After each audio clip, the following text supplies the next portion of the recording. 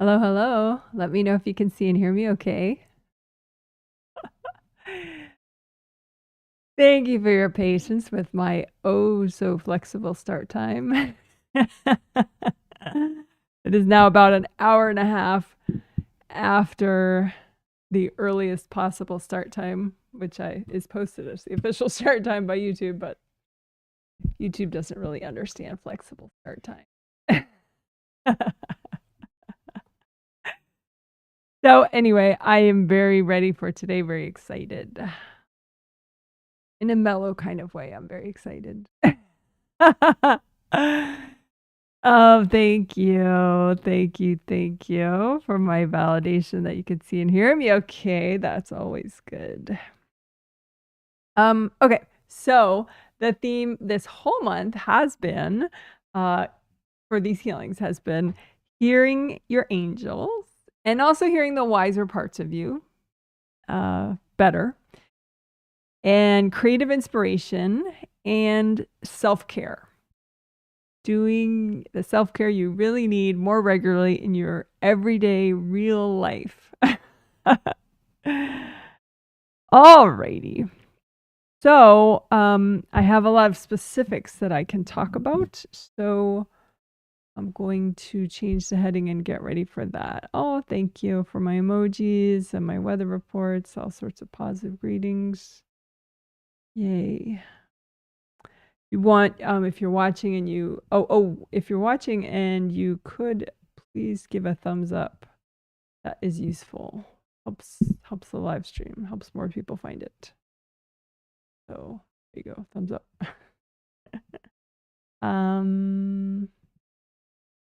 Yeah.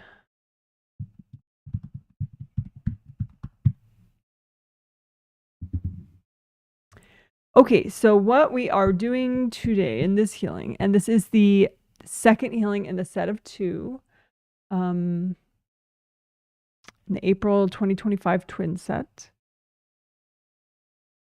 So, it's not like what we're doing, I'm not grouping it up as far as like, okay, this is what we're doing for hearing angels, this is what we're doing for creative inspiration, this is what we're doing for self-care, because it pretty much everything we're doing would help all 3 of those things. So I just sort of, today it's all interwoven.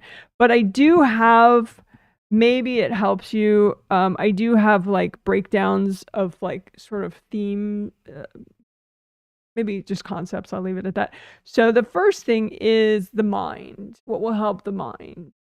Because I noticed that people can have creative inspiration, but it's sort of like deep down. It's not obvious because they're not actually doing anything. Like you can be inspired, like, oh yeah, I totally want to do this, this, this, and this. So it's not that I don't have inspiration. I'm not actually doing any of it. And so sometimes that is just garden variety procrastination.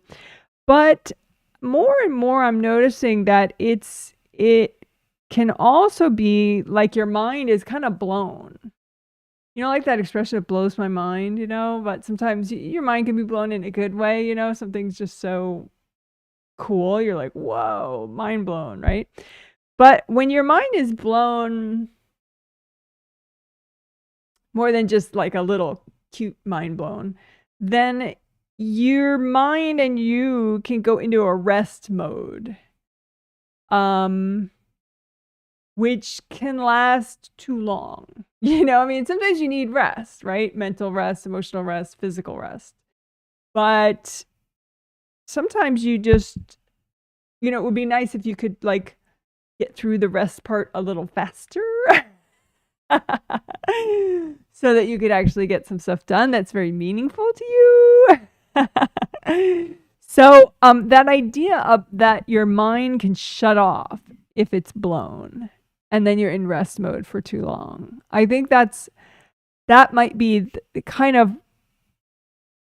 it'll certainly be one of the most significant things we do today. And it's like a sort of a theme grouping of techniques that we're going to do. Really just only 2 techniques. One is the standard one we do often, which we're going to do again, is emptying unprocessed stress pots. And that's just like a metaphorical, easier way to imagine your sort of your headspace for stress. And so to help you to catch up processing all the stress that you haven't finished processing.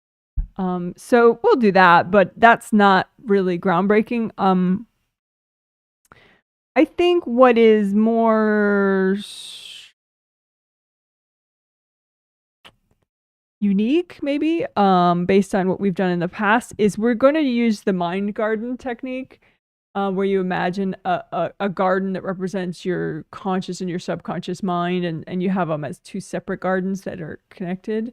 And there's like a barrier in between your conscious and your subconscious mind. And so you heal the barrier so it's flowy and healthy, so that what should go between the two, like what is in your subconscious that would ideally become conscious, can get through that barrier. There's not too much, repression, like some things you want is better to have only in your subconscious mind, at a certain time. But, so anyway, so we heal both the subconscious garden, the conscious garden, and that mind barrier between the two. But I think that doing that in conjunction with this thing of like getting you out of that mind blown kind of a state where you need to process. And so your mind kind of goes into rest mode, and you go into rest mode, and you're not really accomplishing anything. We don't want to, force you to not process when you need to process. We're just trying to make the processing more time efficient. Because, the world is not stopping for you to process.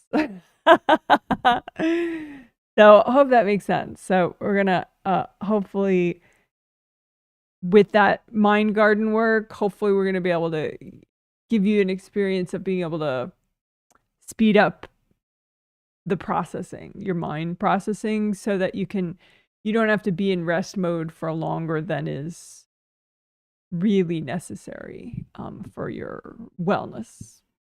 Rest mode is, if you need to rest, you need to rest. But sometimes I think people rest longer than ideal because their processing isn't so efficient. So I think if we, use the mind garden and unblock the mind, maybe that could speed up processing of that sort of mind blown kind of effect. So hope that makes sense, and should be interesting to work that. Looking forward to that. The next thing that maybe is somewhat, it's an interesting sort of grouping. Oh, speaking of interesting groupings, so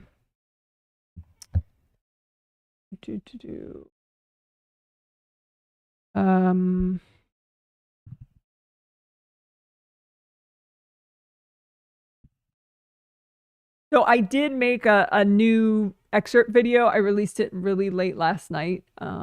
So that's out there. It's 22 minutes long. And it's an excerpt from the third healing of the triplet set this month. So 2 healings ago. And it has so much good stuff in that one video. It's got sound boundaries in the title. It's got hearing angels in the title. But as far as like the technique list, it's quite a technique list of stuff we're doing. We do 5th chakra, 5th chakras, 5th layers, telepathic mesh in the front of the 5th layer, 5th chakra good karma window in the back of the 5th layers. But then also we do all sorts of other cool things like unblocking sinuses in the sinuses and in front of the sinuses. All the tree trunk areas, which are the major joints of the body, and also above the head. That's all the tree trunk areas. So we unblock and tune those. We do GV in the back of the head, the base of the skull, GV 15 through GV 20. So somebody said it to me that it's, one of my clients said that it's a half mohawk, GV 15 to 20, which is kind of true. It's cute.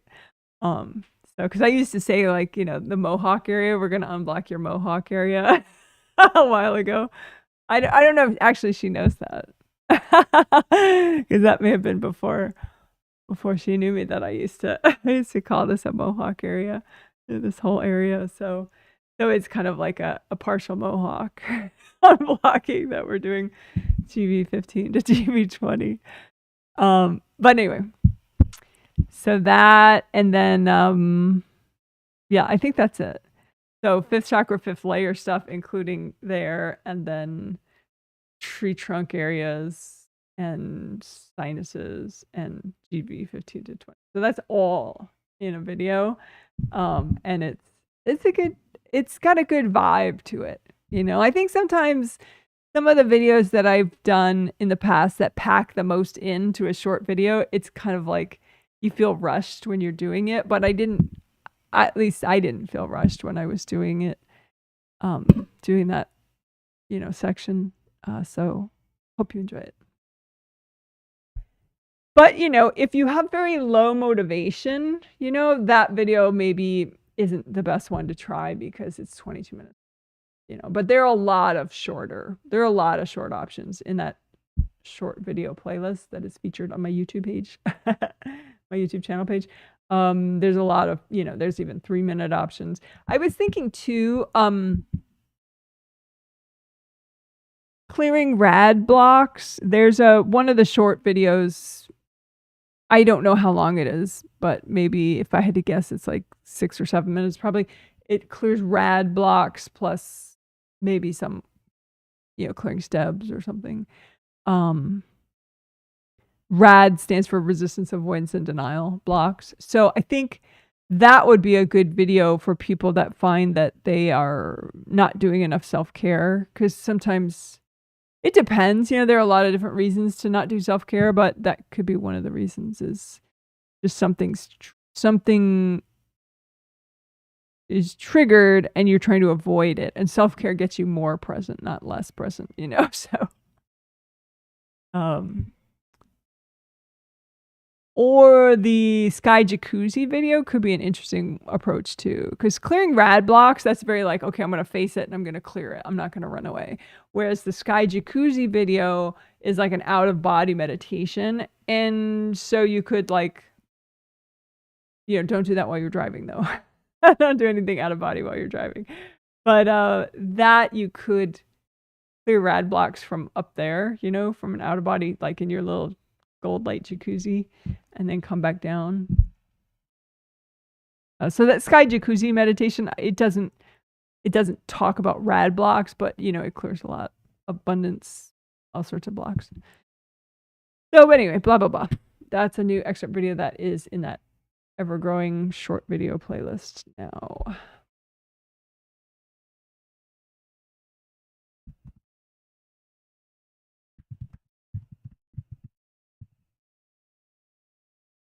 Okay, so I talked about the mind stuff already.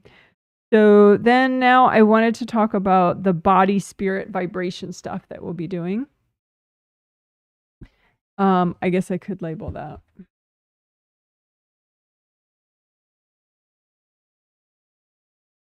Yeah, all right.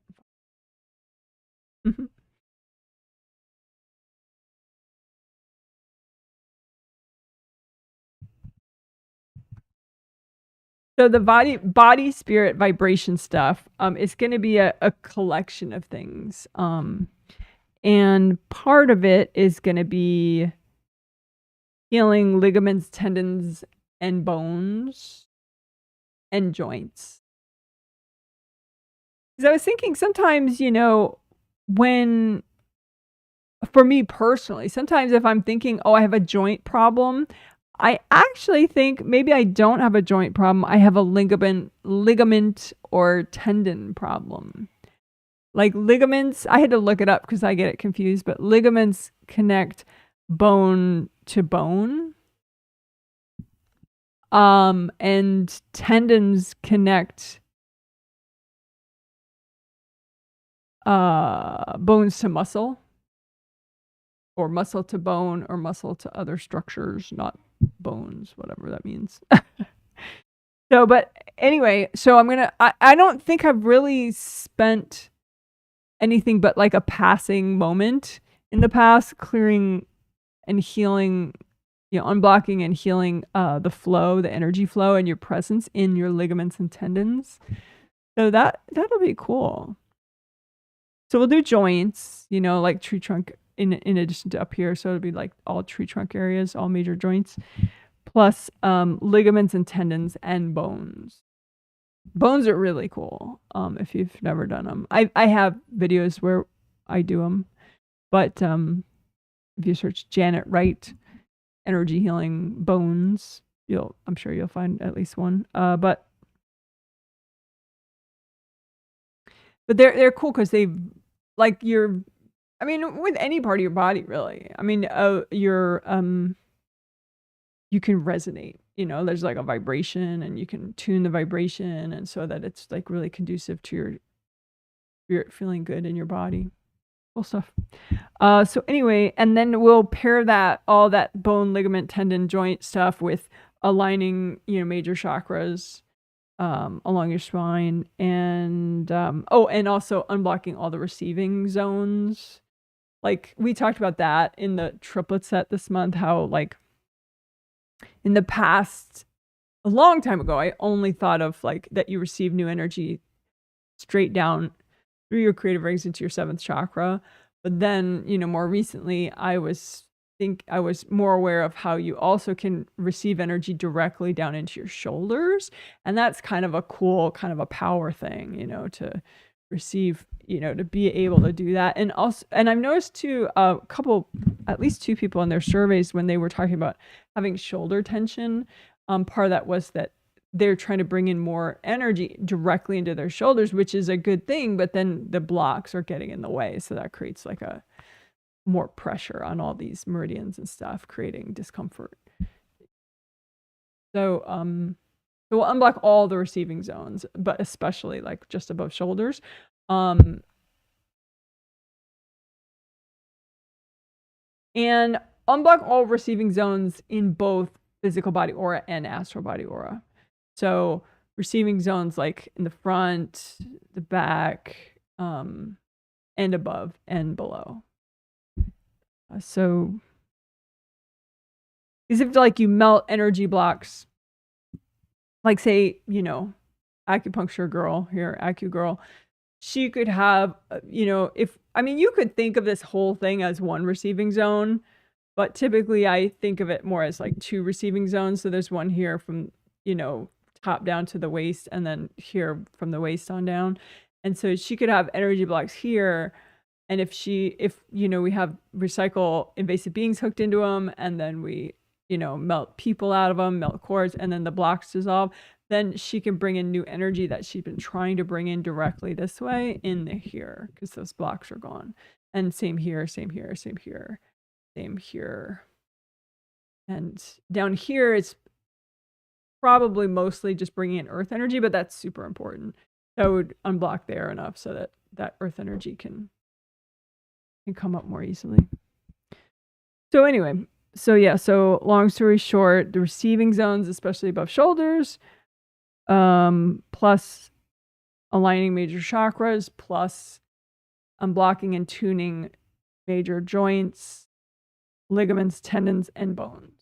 So like all that together, and I'll just sort of bounce back and forth between those things. So that's sort of body spirit vibration. So it's just to help you to be more present and enjoy your vibration more. And I think that makes it more conducive to hearing your angels and creative inspiration. Self-care probably too. It's like the more you like the vibration that you're at and your body's at, it just feels good, so you're more likely to treat yourself well. I mean, that's kind of the weirdness of it. It's like if you feel lousy, it's harder to take good care of yourself, but that's when you really need to take good care of yourself. So anyway, so we're gonna tuning the body spirit vibration, I think will help in a lot of ways. So then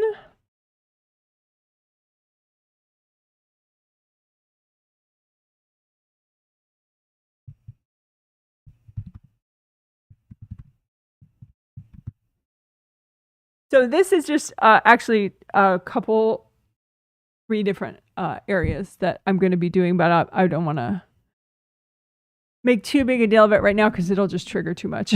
So we're going to clear a whole bunch of different fears, which will be good to clear. And we're going to pair that with flower healing to support you. So we're going to be clearing different fears and supporting and nourishing with flower healing for courage and safety. And then we're going to clear baggage, but we're going to do it in a, an extra sort of friendly way where and this is what we did last healing too. We sorted out. And so we sort out, what's healthy and gentle to clear right now. And then what's not healthy and gentle to clear right now, we ask the angels for help with angel storage for it. But also first you have the angels double check your sorting of the piles. Cause maybe you're overambitious and you think more is healthy and gentle, that's not, or maybe the other way around and you're like under motivated and the angels think that actually if you clear a couple more things it would still be healthy and gentle. So we have the angels check the piles and healthy and gentle, and angels get angel storage for the others, which is sort of healthier and more convenient, more practical than just repressing everything that you're not going to clear right now. So, and the baggage that we're going to clear that way, that like extra cautious way with the whole angel storage thing, is abuse baggage, any kind of abuse baggage, and also grief baggage, different flavors of grief baggage, from your past, basically. Unless it could be also stuff you picked up from relatives and their grief. You could be carrying that too. So, but you clear it the same way. So grief baggage and abuse baggage. We will clear both of those in that extra careful way, with the extra friendly, careful, awesome way with the healthy and gentle and the angel storage, and get the angel storage stuff away and then just do the healthy and gentle clearing. So that's all. So the mind stuff, the body, spirit, vibration stuff, and then the extra, and the clear fear stuff, and the extra careful clearing abuse stuff and clearing grief stuff. So, yay! Always, it's like when you clear the nastiest stuff, you get the most enjoyable after effects. Because it's like, I don't know, it just brightens things up. Get it out of the way. I'm looking forward to that. So I'm going to look at chat comments briefly. So if you did want to say where you're viewing from, like, the city or the country or something, if you wanted to say your weather, some kind of light greeting like that, that's cool. If you want. Here it is. I don't know the temperature right now. I'm going to say it's maybe 50 degrees. Maybe high 40s right now. It's cloudy, but bright cloudy. All right. So, hey, we can see and hear you. Thank you. Hey, Janet can see and hear you from sunny San Francisco, California. Sorry. 61 degrees Fahrenheit. That sounds nice. Thanks for the emojis. Someone says can see and hear you from Evergreen, Colorado, 44 degrees Fahrenheit and sunny. Well, that doesn't sound so bad. Someone says, hello, Janet and everyone, from 74 degrees Fahrenheit with haze in Las Vegas. I will look for the video for my left foot bone. Thank you, Janet. Left foot bone. The bone healing. Yeah. Yeah, there are a couple bone healing ones. I did a set on it a couple years ago, and yes, if you search heal energy healing, Janet Wright energy healing bones, this should come up. Hey Janet, I can see and hear you from Las Vegas, another Las Vegas viewer. Feeling like I got ready for this healing. I cleaned my room and bathroom that I have been avoiding. You are a rock star. Oh, which reminds me, I said we're going to be clearing abuse baggage in that healthy and gentle way and using angel storage and stuff. I think that may be just a standard thing I do, like almost like a 5 essentials kind of a thing, but we'll see. Because I think the more you clear abuse baggage, the more it's like no big deal. And the more like, because that's sort of, I think, like one of the things that's most commonly avoided, you know, is to clear abuse baggage because everyone's like, ooh, how terrible, you know, because it's from like the shittiest days you've experienced, you know. But it's actually easy to clear and it's safe to clear. And, you know, if you have the angels sort your piles with you and double check, and then they store away all the stuff that's too much. I mean, it's like so much better than not doing it, you know, because then now you don't have so much that's going to bubble up in really inconvenient, awful ways, you know. So I was noticing that there were people that, you know, like, there were other things that made clear benefit, but that was one of the clearly, you know, like people were able to be productive, or they were able to even like be romantic with their partner a little bit in a new way, or, you know, different things that, you know, the clearing the abuse baggage really helped. So I think just at least for a while, we're just going to do it in every damn healing, you know, just quick, get it done, you know, because seems to be helping.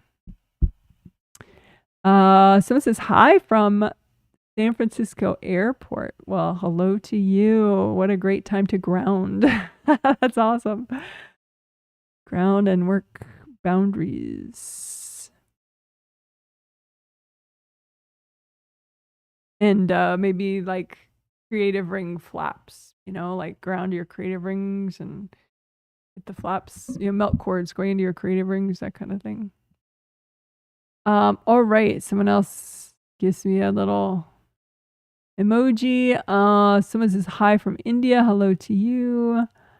It's pretty summer heat with 40 plus degrees here, which would be in Fahrenheit, 40 degrees Celsius is, ooh, that's over 100 degrees Fahrenheit. That's like, what, maybe 105 degrees Fahrenheit, 104 degrees Fahrenheit. And you're saying over that. Wow. Well, I hope you have lots of clever ways of staying cool. Maybe some cooling teas or something, herbal teas that cool you from within. I love doing that when it's a heat wave, you know, like, well, I use ice packs too sometimes if it's a heat wave. But like I'll do things that, you know, cool you from the inside, because that's way more efficient, you know. But sometimes I overdo it. But like, you know, green tea is cooling, peppermint tea is cooling. There are all sorts of cooling teas and herbs, which, you know, someone in a hot climate maybe already knows, of course. But Americans tend to not think about that stuff so much. But other cultures, that's more like obvious. Like, of course, you're going to eat cooling foods, you know, during a heat wave or whatever, you know. All right. Well, cool. Love to get all my greetings. Thank you, everybody. You. All right. So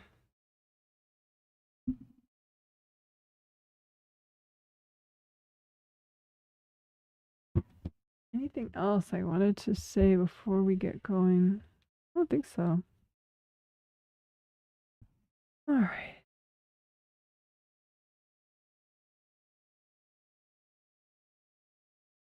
So we'll do 3 minutes of quiet, where I finish my prep, and you can enjoy me not talking. And towards the end of that 3 minutes of quiet, I will start the healing without talking. And this is usually what I do first when I start the healing, so you'll know that I've started. If you see that, and then I'll start talking, you know, shortly after that. And so most of the whole healing, I'm talking out loud and saying what I do as I do it. So you could use it as a self-healing walkthrough and heal yourself as you listen. All right. And even if you're a newbie, if you're a motivated newbie or a brave and adventurous newbie, you can find a lot to work on if you just, follow along. If you're advanced, of course, should be fun. If you're a newbie but you're not motivated, then I do have that short video playlist. So there's a lot of like 4-minute stuff in there. But anyway, let's get going.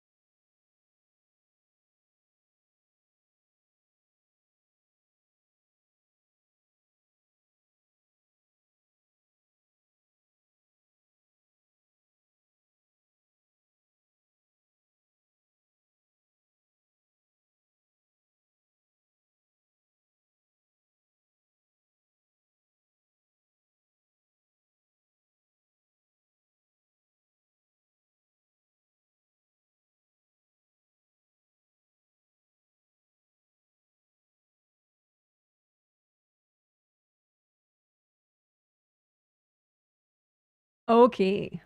Thanks for waiting. So let's unblock hand chakras and arms and shoulders and elbows and all that good stuff. So hand chakras and fingertip chakras. So big hand chakra, fingertip chakras, one in each fingertip. They generate a lot of energy. So set those specific chakras to a metallic gold color with your intention. You don't have to see energy to do that. So you set them to a metallic gold color so that as they spin, that's the vibration of energy that they are generating.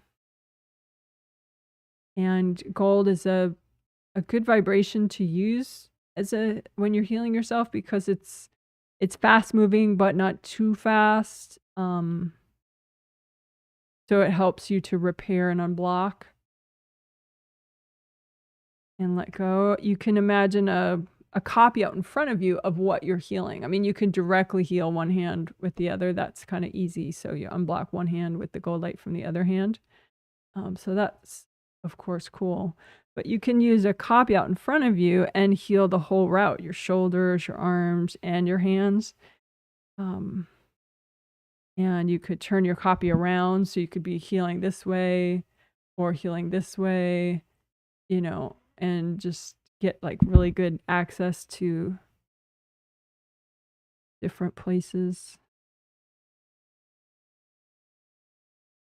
And if you find any energy leaks, like for example, behind the shoulders, you can kind of grab out all the hard objects, give them to your angels. Angels, here you go. Angels, here you go. There could be some invasive beings. You can grab those out. Angels, here you go. Hand them to your angels and just keep working. Any area that's leaking, you don't want that. It should be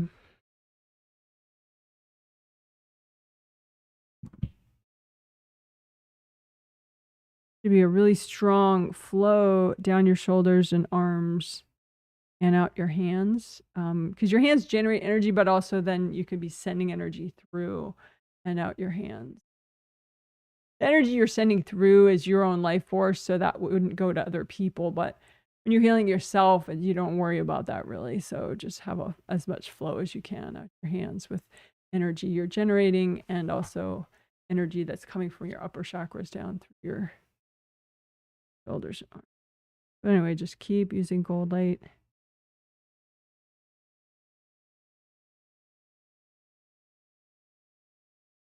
And get rid of any leaks. You know, you could have hard objects there kind of puncturing.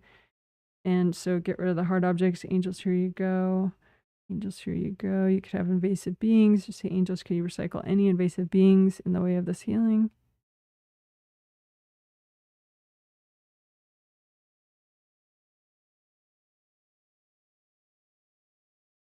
All right, good enough. So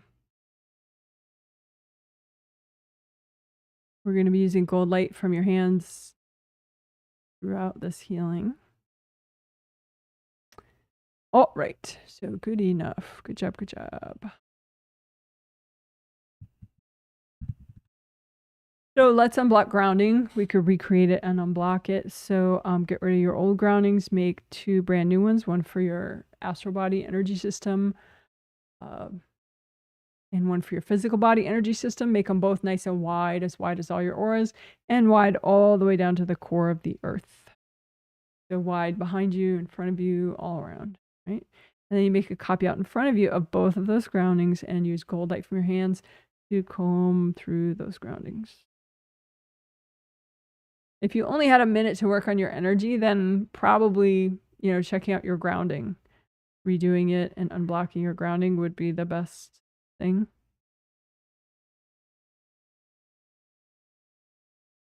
You know, it depends. I mean, you can get to a point where your grounding is often pretty good, but even then, I mean,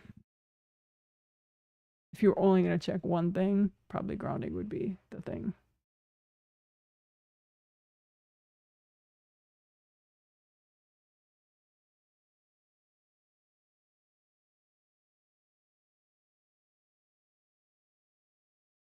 So you just comb through your grounding and find the blocked areas and melt them with gold light. Melt the blocks with gold light.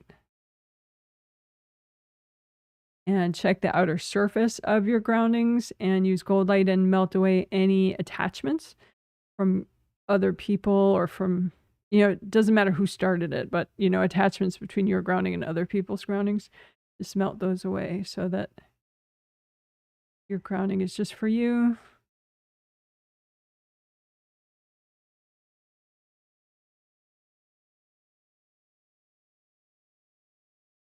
And you could have hard objects stuck in the, you know, stuck half in, half out of your grounding. Just pop them out and destroy all the hard objects. Have them all explode. Have them pop out and explode.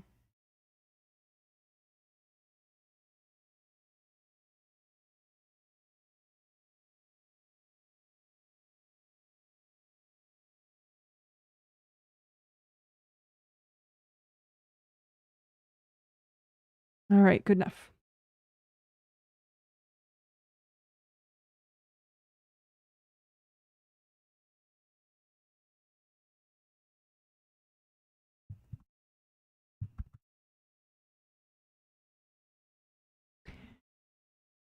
Okay, so aura repair, you have 17 auras. So your astral body aura, your physical body aura, that's 2. And then 15 auras called your Wei Qi auras. Wei Qi is a strong boundaries energy, helps you to have, so that harmful external energies don't come in so easily. So just imagine all your 17 auras out in front of you.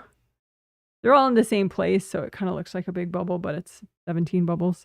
And double check, just check to see, do you have rips? Because aura repair is repairing those rips. So you could just start repairing them right away, like wash them out first with the gold light and then let the gold light inspire them to grow back and repair themselves. But if you have a lot of these rips, you might want to do composite copy technique, which is what we're going to do.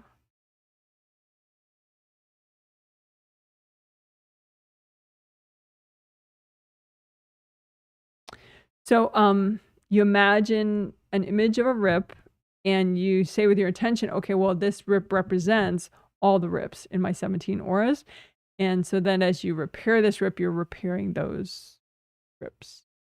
So with the repair, it's basically you clean it out first, so the rip first, clean out all the junk. So hard objects, invasive people, invasive beings, so that then the gold light makes really good contact with the ripped surfaces and they grow back. So you have your composite copy rip, and then you use sticky gold wax, which is gold light from your hands that sticks to everything that's not you and forms a big lump, right? So fill it up with sticky gold wax, and you lift out all the junk at once with the wax. So lift it out, angels, here you go. So sticky gold wax, have the wax stick to the hard objects, the invasive people and invasive beings. Lift all that out all at once. Angels, here you go. And you can also say, angels, if there are any invasive beings in the way of this repair, can you please recycle them?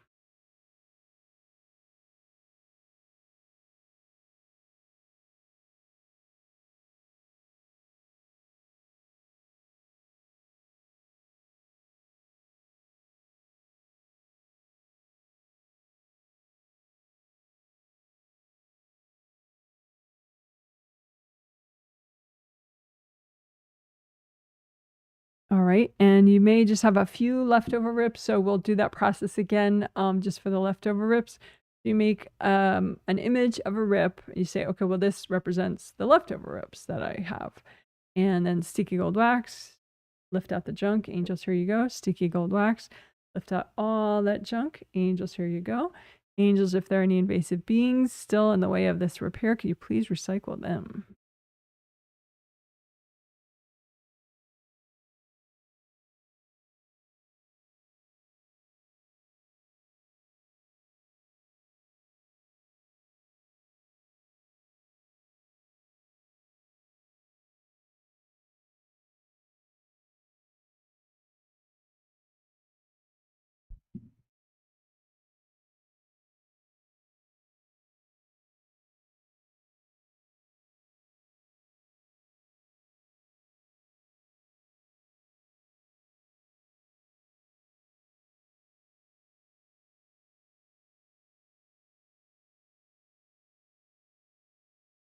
Redo your gold buffer zones.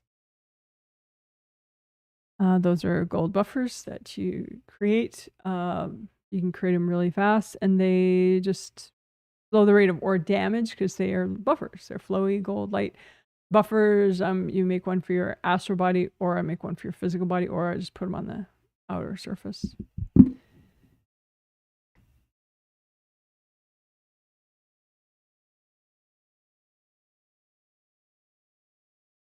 Oh, you can also get rid of any hardness in your auras. Any of these auras can have leftover hardness from having had rips. Sometimes the rips not only rip, but they create a lot of compression.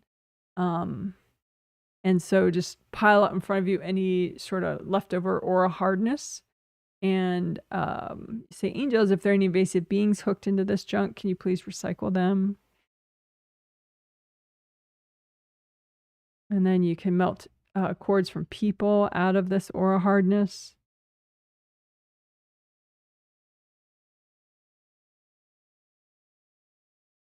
And then just wash yourself out of the aura hardness too. Wash everybody's energy out. And then you can blow it all up or melt it away completely.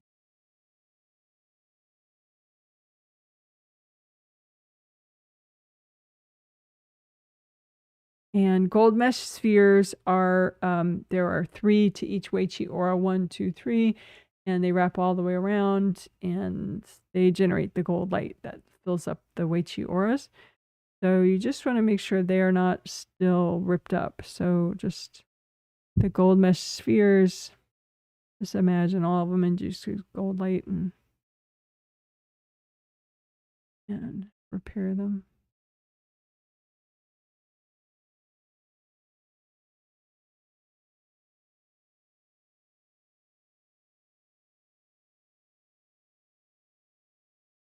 You say, angels, if there are any invasive beings in the way of this repair, can you recycle them?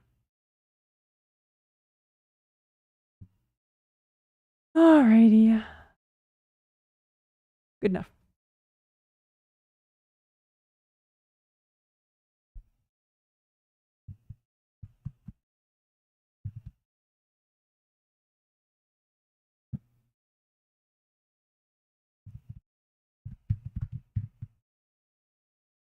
Okay, so right now we're going to mostly work on the creative rings, but we'll also be unblocking the major chakras along the spine.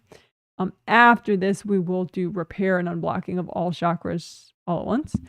But we'll start a little bit of that now in this section. So your creative rings are up here, 1, 2, 3. They come and go with you as a spirit. They're a part of your astral body energy system. And they generate a lot of gold light, and that gets, it can be a nice protective force field right up here in between and around the rings. And also it gets sent down to nourish your major chakras along your spine. So just make a copy out in front of you of your creative rings. Your creative rings can have breaks or cracks, missing chunks. They can have cords. So you want to melt the cords and repair the rings.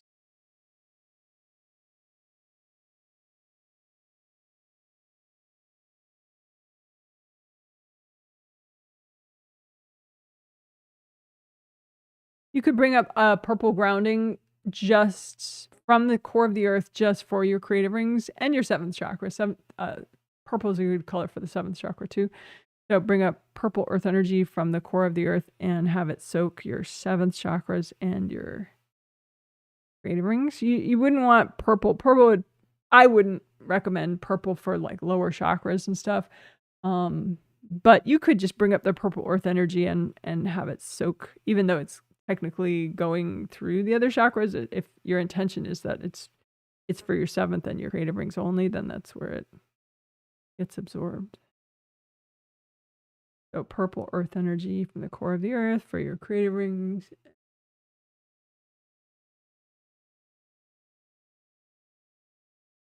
And if you have any invasive beings that are in the way, just say, angels, can you recycle these? Angels, can you recycle these? Breaths.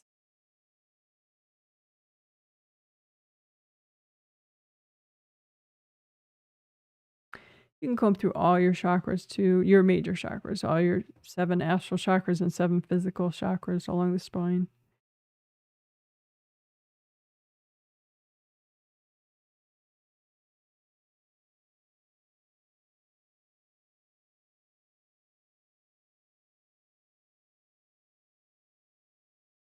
You can align your major chakras so they kind of click into place.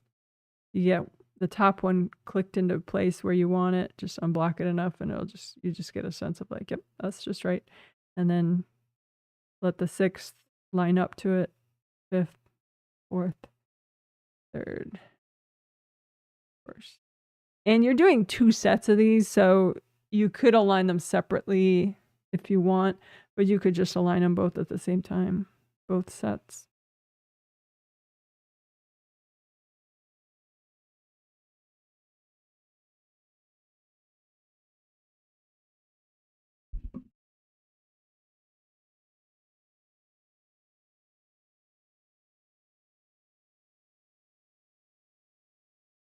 Your creative rings have flaps, and your chakra openings do have flaps as well around the round opening.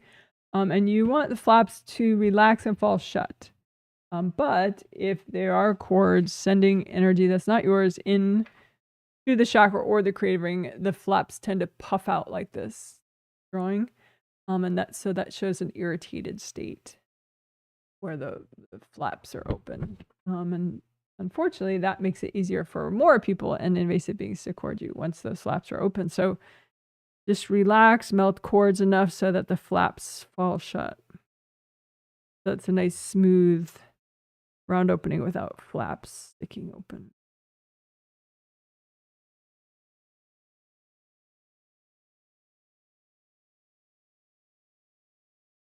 And same thing with your chakras. So 7th chakra is oriented this way, 6, 5, 4, 3, 2, 1 are oriented this way, round opening in the front, round opening in the back. The flaps are around the round openings, and I just relax the chakra enough, melt the cords.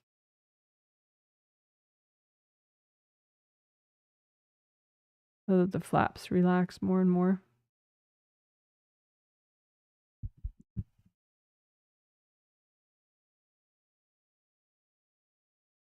Okay.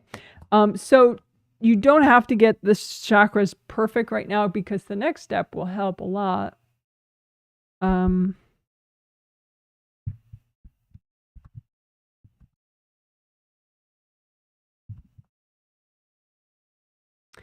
So we're going to repair and unblock all major and minor chakras at the same time using composite copy technique. So this is the basic chakra shape, again, open cylinder. So just make a copy out in front of you and just say, okay, well, this represents all my major and minor chakras. So that would be including your acupuncture points, including all chakras in your body, and you have energy centers all over the place. So all major and minor chakras of your body and spirit, and just use gold light to unblock and repair and melt cords.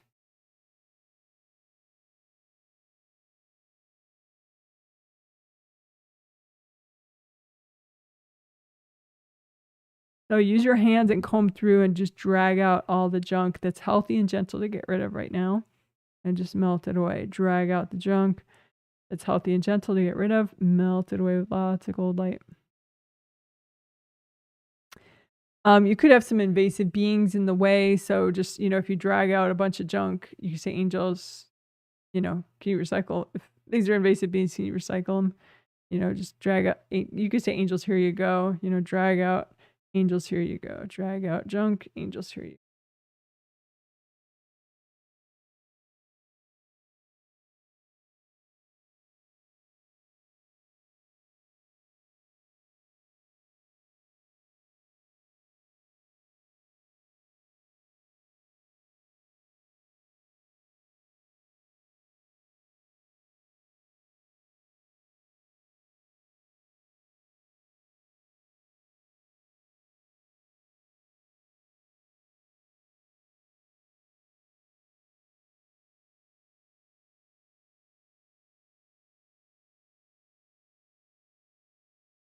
Sometimes too, like if you have resistance to something like chakra repair, it could be that chakra repair and unblocking. It could be that you have some invasive beings in your space that are just trying to distract you and make you feel uncomfortable because they don't want to lose their comfy spot in your chakra. So you can imagine, you have your composite copy of all your chakras, but then just imagine a row of invasive beings that are trying to make trouble right now. And say, angels, can you recycle all those invasive beings? And take a deep breath while your angels do that.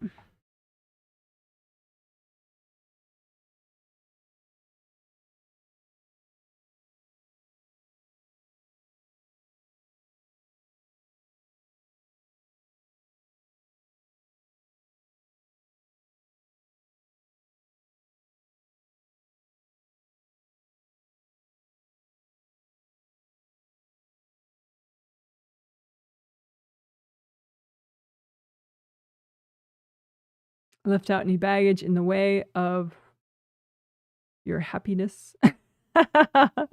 Any baggage that's healthy and gentle to get rid of that's in the way of your happiness, just lift it out. Melt it with gold light. Any baggage in the way of your happiness that's healthy and gentle to get rid of right now, just lift it out. Melt it away. Or blow it up.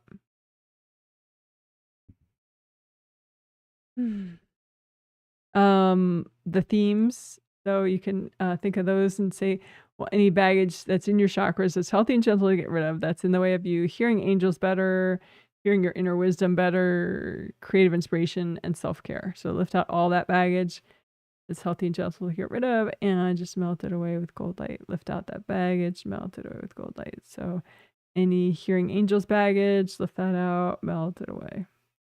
Any creative inspiration baggage, lift that out, melt it away. Any self-care baggage, lift that out of your chakras, melt it away with gold light. All right, good job, good job, good job. Now I just double check the flaps, that the flaps of your chakras are relaxed and shut.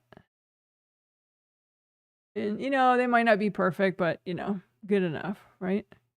So just check them, let them relax, melt more cords so that they relax even more. All right, good job, good job, good job, good job, good job.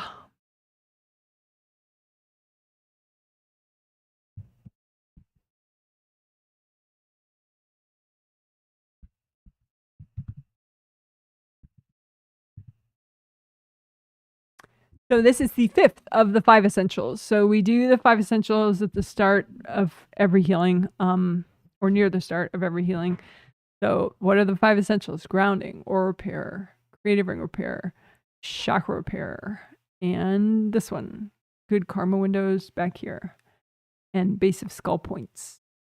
So good karma, we used to do flow zone too, but I think these days the way I do base of skull points, that includes the flow zone. Is we're doing base of skull points of your physical body, but also that astral body area, and then we comb through it into the auras back there, and we unblock everything behind these base of skull points in the aura. So good enough. So good karma windows are pretty cool.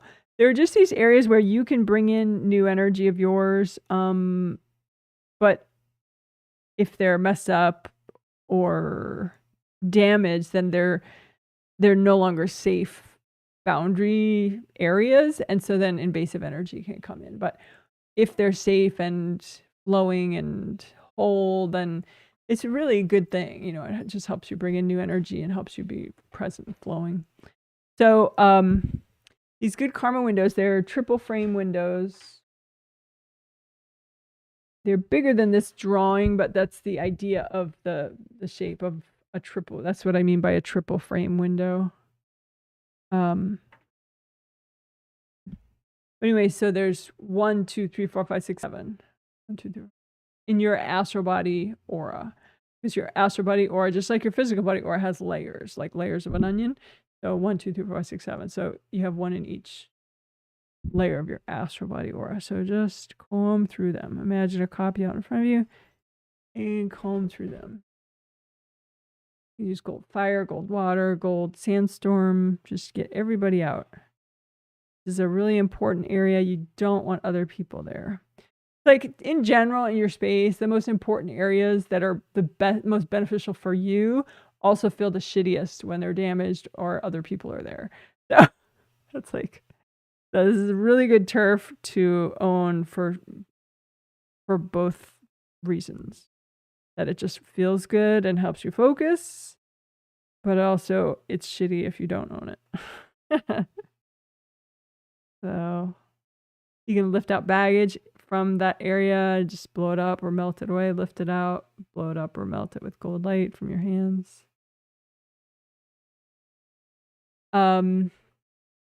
You can make a red grounding just for your base of skull area, going all the way down to the core of the earth and all the way up to your base of skull.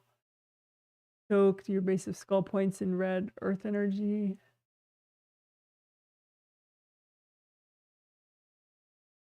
You can comb through your base of skull area and comb outward and just gather up in any energy blocks that are healthy and gentle to get rid of.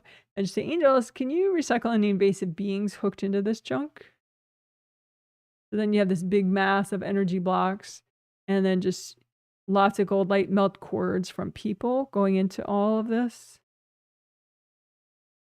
And melt yourself out of this junk, all these blocks, so that they can melt away, or you can just blow them up.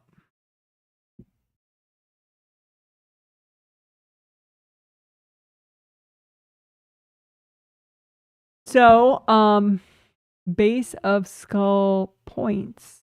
By that I mean acupuncture points, which are minor chakras. So these are the meridians that go through the base of skull area. So the middle one there, that's governing vessel, GV meridian, helps to manage all your yang meridians, so extra important. Then the two yellow ones, that's urinary bladder meridian. Starts here, goes back, goes all the way down your back. It's super cool. So that's urinary bladder meridian. And then the green blue one is gallbladder meridian, which is also super cool. It goes down the sides of your body. Super cool. You don't really have to know those names though. Just unblock those meridians that go through your base of skull area. They energy wise, I mean, in the diagram, of course, they're different colors, so you can tell them apart. But energy wise, red is a really good color for all your body meridians and all your acupuncture points in your physical body. So you can just imagine, imagine them as they are, but you want to heal them to the point where they are red flowy tubes filled with your life force and your body's life force flowing through them.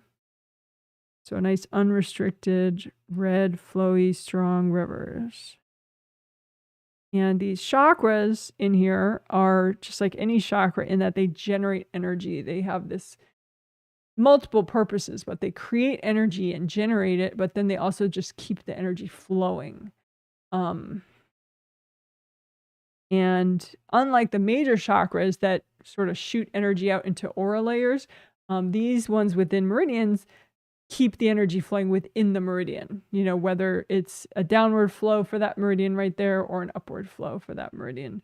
Really only the GV one is upward right there, but the other two are downward right there, downward flowing. Although you don't even have to know that. You just repair and unblock the meridians and the chakras, and they know what to do.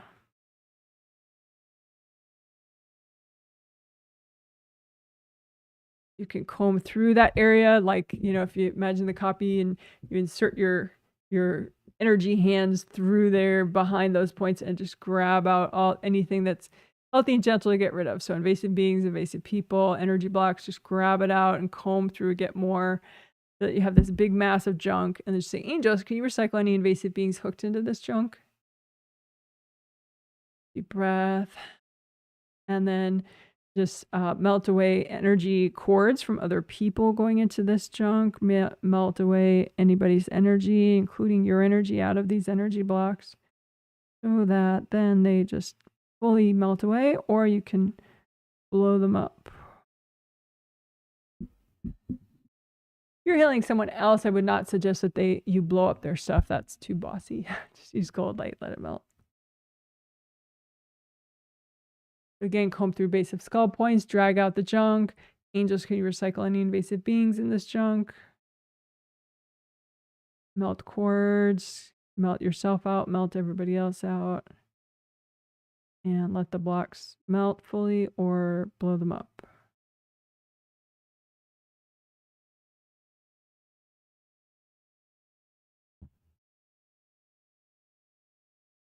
All right. Good job. Good job.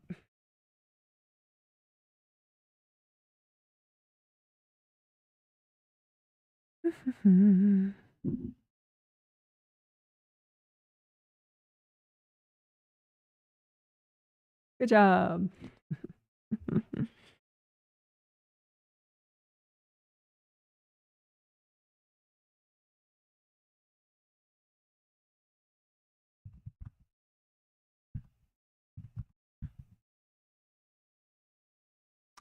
Okay, So this is where we're going to work body, spirit, vibration.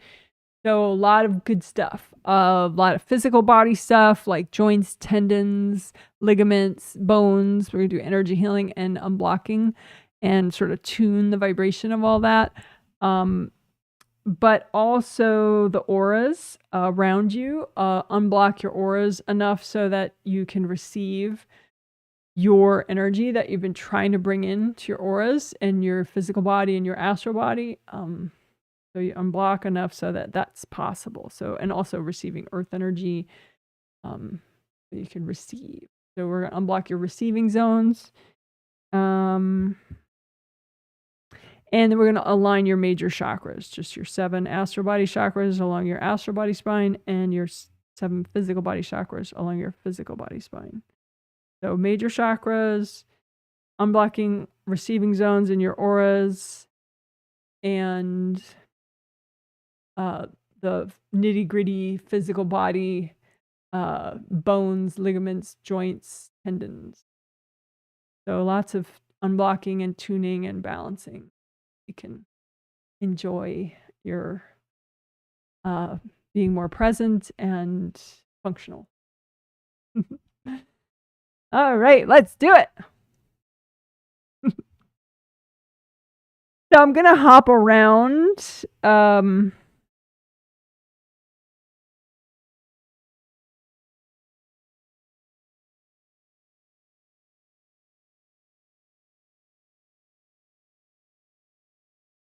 First, I'll just do a touch of grounding. So you can make a copy of your groundings out in front of you. You could recreate them if you want. Just make them nice and wide all the way down to the core of the earth, and bring your groundings up as high as your 3rd chakra, just below your sternum. Right there, that bone in the middle, below that, that's where your 3rd chakra is. So you bring up your groundings that high, and then you have a copy out in front of you of your groundings. Just use lots of gold light, be really assertive, and get everything out that's not you out of your grounding. Flush it all out. Melt all the energy blocks in your grounding. You want a very fast downward flow in your grounding. Okay, good enough. So let's unblock receiving zones.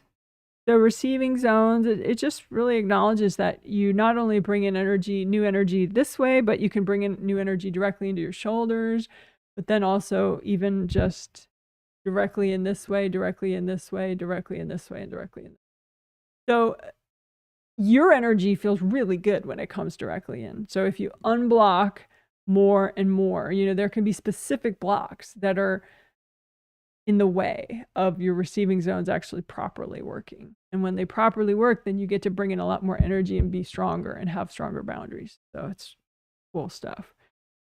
So just, especially above the shoulders, like astral body shoulders and physical body shoulders, you can have like really hard, almost like shoulder pads, just hard plates of energy that are in the way of you bringing in new energy.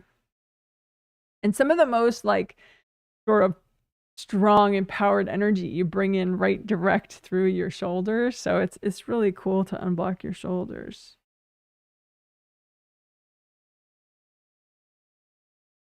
So above your shoulders. I mean, you can unblock inside your shoulders. That's cool too. But as far as receiving zones, it's like your auras around. So just imagine any hardness above your astral body shoulders or your physical body shoulders. And you can say, angels, can you recycle any energy, any invasive beings hooked into this junk? And then just melt cords from people going into those blocks, and then melt the block. Another thing you can do with shoulder tension is like do a, gently, but do a neck stretch so that you feel the shoulder tension even more. And then you kind of find the blocks in your auras that relate to that shoulder tension. And then you do the same thing. You have, you ask your angels to get rid of the invasive beings, and then you melt everybody out of the blocks, and then you let them melt. So you could do that, do a gentle neck stretch, and then find the blocks. you and your auras, and then say, angels, if there are any invasive beings hooked into this junk, can you recycle them? And then you just melt away cords from people, get everybody out of the blocks, get yourself out of the blocks so that they melt fully. If they don't melt fully, you can just blow them up.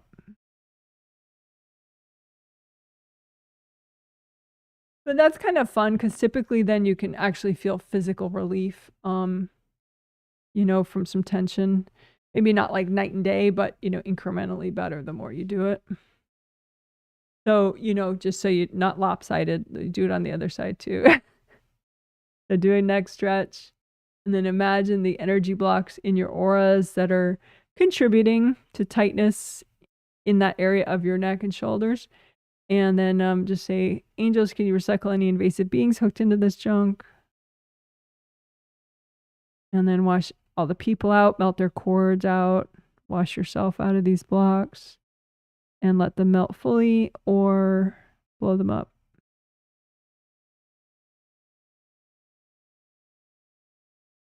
And you can do that without actually doing the neck stretch in the moment, but it is kind of cool that way. But, you know, if you do it without doing the neck stretch, you could do both at once then, which is a plus. Because you can't go like this and this in the same second, you know, but so you can find the aura blocks, you know, around here. I used to call these the V blocks, like a letter V, you know, but anyway, find those energy blocks contributing to neck and shoulder tension. And say, angels, can you recycle all the invasive beings hooked into this junk?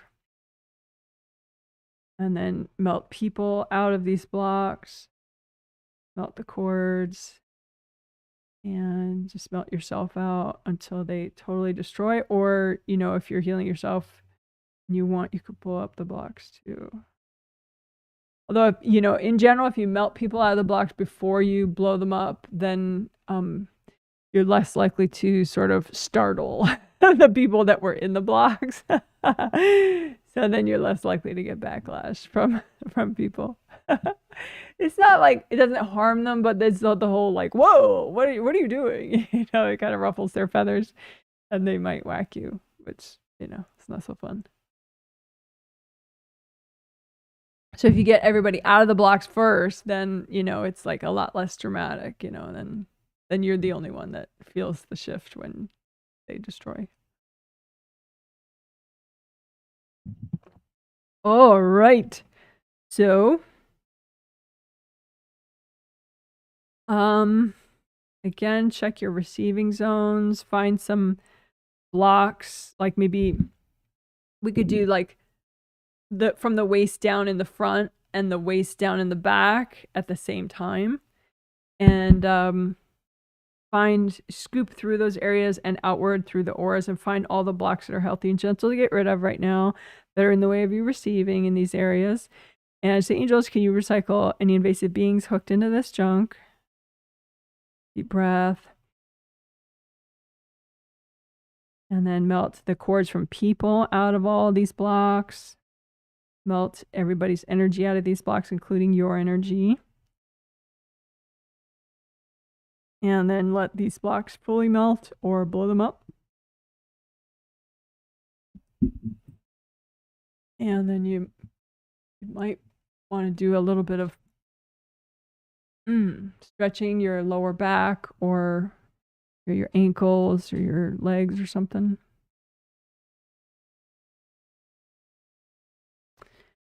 So we could do that same thing, but with the upper receiving zones. So from the waist on up in the front and the waist on up in the back.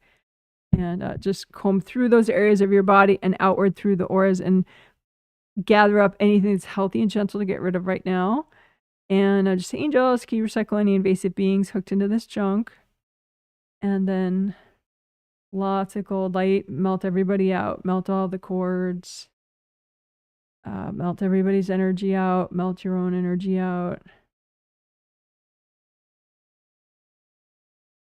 And just let them fully melt with gold light from your hands or blow them up.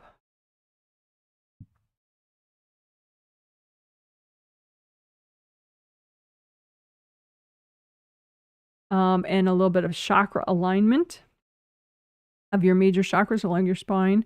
So that's just simple. You know, you just think of your chakras and get the 7th chakras clicked into where you want them. And then 6, it's like you get one chakra right in place, and then the other one maybe is like this way or that way, or maybe it's already lined up, but maybe it's like a little askew. So you just double check. And if it's weird, just as you run gold light, it'll click back into place and back into alignment. And the same with 5th, same with 4th, etc. 7, 6, let it click into place. 5, let it click into place. 4, and this is both your 4th chakras. Let them click into place. 3rd chakras, let them click into place. 2nd chakra, let them click into place. Use extra gold light maybe if you need to. 1st chakras, let them click into place.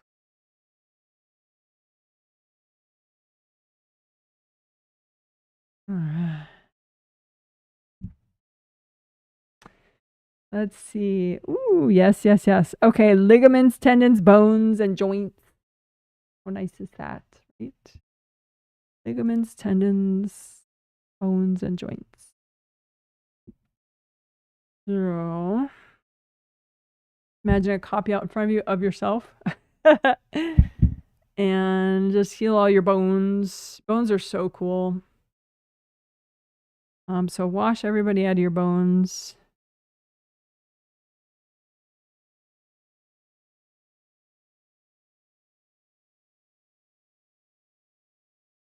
I don't really, I have like a spinal diagram. So that's part of some of your bones. So I could show that at least. But I mean all your bones, not just your skull and your jaw and your spine, although how cool is that? So heal all your bones, including your shoulders,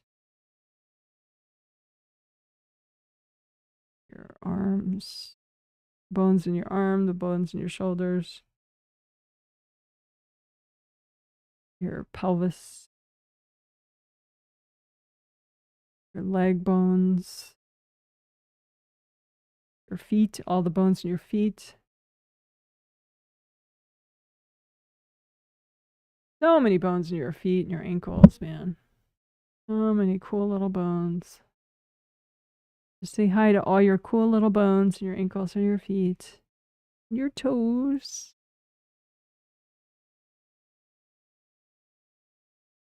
Right, you can bring up red earth energy and soak all your bones everywhere. I didn't even do your arms. Sorry about that. Oh, maybe I did. Your arm bones, your elbows. Well, your elbows are joints, but your upper arm bones, your lower arm bones, your wrists and your hands. Lots of cool little bones in your wrists and your hands. So cool. So red earth energy soak for all your bones.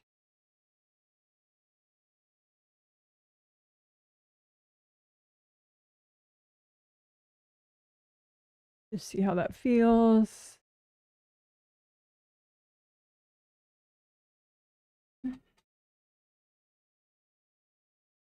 Your ligaments connect your bones to your bones so that they can move. And stay connected to your I guess. Not explaining it well, but anyway. Ligaments connect bones to bones. Your muscles obviously are important in that, and so the tendons connect the muscles to the bones, so that also helps you to be able to do that movement. So just gold light through all that. It's like you can think of it too, like what are you storing in your ligaments and your tendons? Like if you could be storing sadness, and grief in them. You could be storing, enthusiasm and excitement in them, your own enthusiasm. You could be storing your mother's energy in them. You could be storing lots of repressed anger in them. It just depends, So obviously you don't want the gross stuff in. You don't want to stockpile gross stuff in your tendons and your joints and your bones, right? So just wash out any gross stuff, anything that's not like really validating for you. Your energy is set at a validating vibration, because you can have your own sadness and your own grief in there, so it is you. It's just not doing you any favors, so this is sort of how we're tuning your bones and your ligaments and your tendons and your joints, and all your major joints like shoulder joints, elbow joints, wrist, hips, knees, ankles.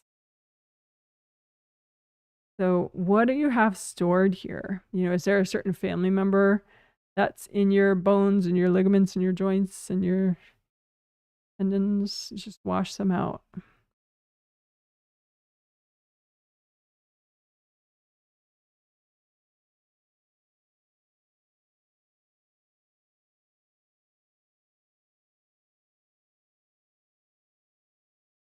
Someone was saying in their survey, like, oh, my mom is kind of avoidant with me. She doesn't really talk to me much on the phone. With some people that their default is to be invasive, it actually may be kind of like progress. That they don't interact with you much anymore because they don't know how to do it in a clean way, and that's okay.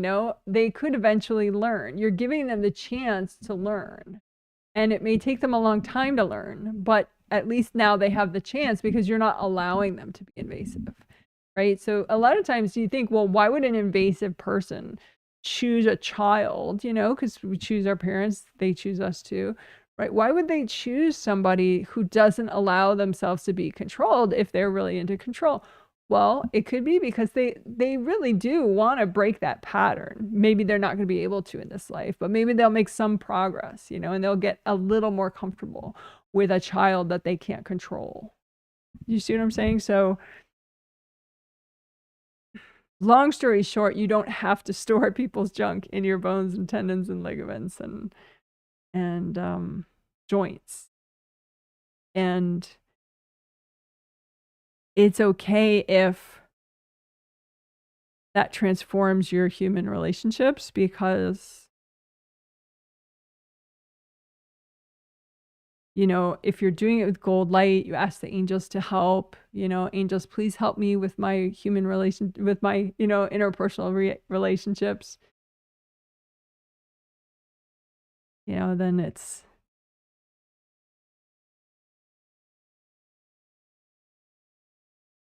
it is what it is. It's like there's no energy healing that's going to make everybody treat you perfectly the way you want them to, because they're coming from their own, issues and whatever, right? But what you can do is you can tune your own body to suit you and so that it's like your vehicle for manifesting and experiencing life, learning and enjoying.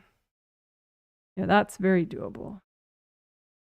That's what we're doing. We're washing everybody out of your bones, ligaments, tendons, joints, cold light, and red earth energy soak. Like all those things, joints, ligaments, tendons, or red earth energy soak would be fine for all those. All body stuff, red earth energy soak is great.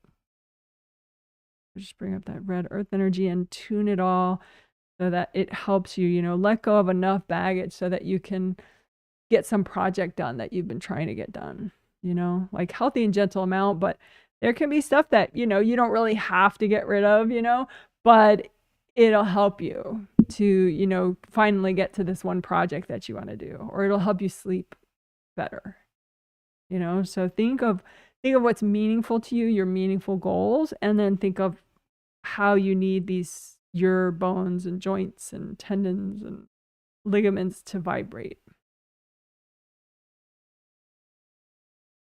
And also you can heal your astral body, because your astral body ideally fits completely into your physical body. So the flow and wellness and strength in your astral body directly helps, the more flow. So you can unblock your astral body in all those areas too.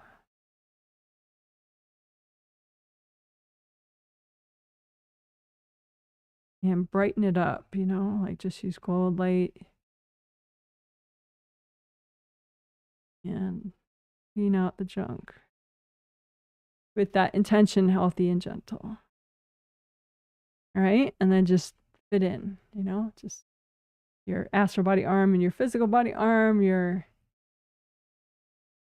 astral body feet and your physical body feet, kind of like putting your legs in a pair of pants, and putting on a sweatshirt, get your astral body arms in, your astral body legs in. How does that feel? And redo your grounding. And again, double check your major chakras along your spine and just align them.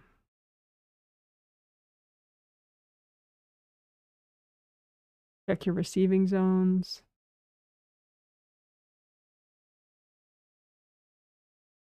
Above and below you, in your auras. Just unmelt those blocks that are in the way of you receiving earth energy from below and receiving new energy of yours from above. Yeah, and you can say, angels, if there are any invasive beings in the way or hooked into this junk, can you recycle them? And then wash everybody out of those blocks you're trying to clear.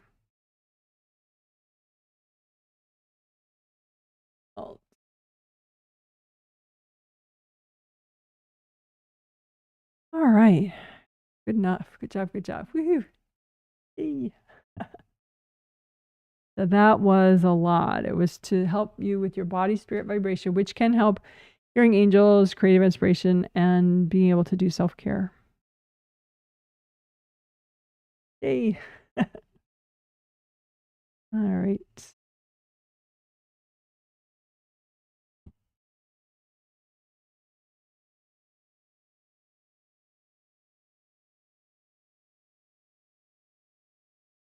Good job.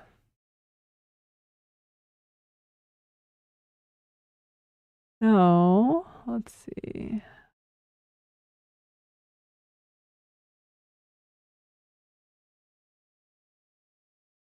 Let's do some kitten therapy. How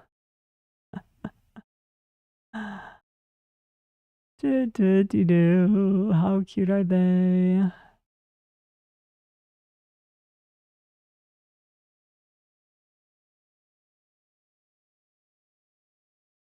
Okay.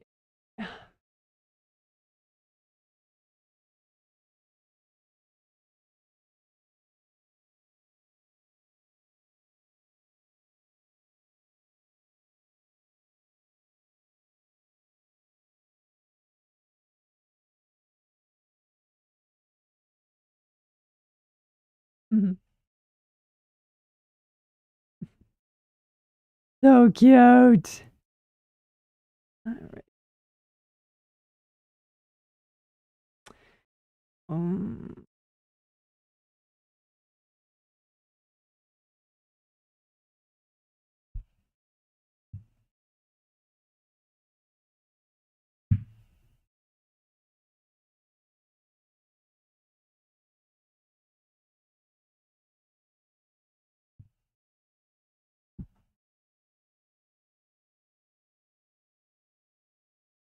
Okay, cool. So now we are going to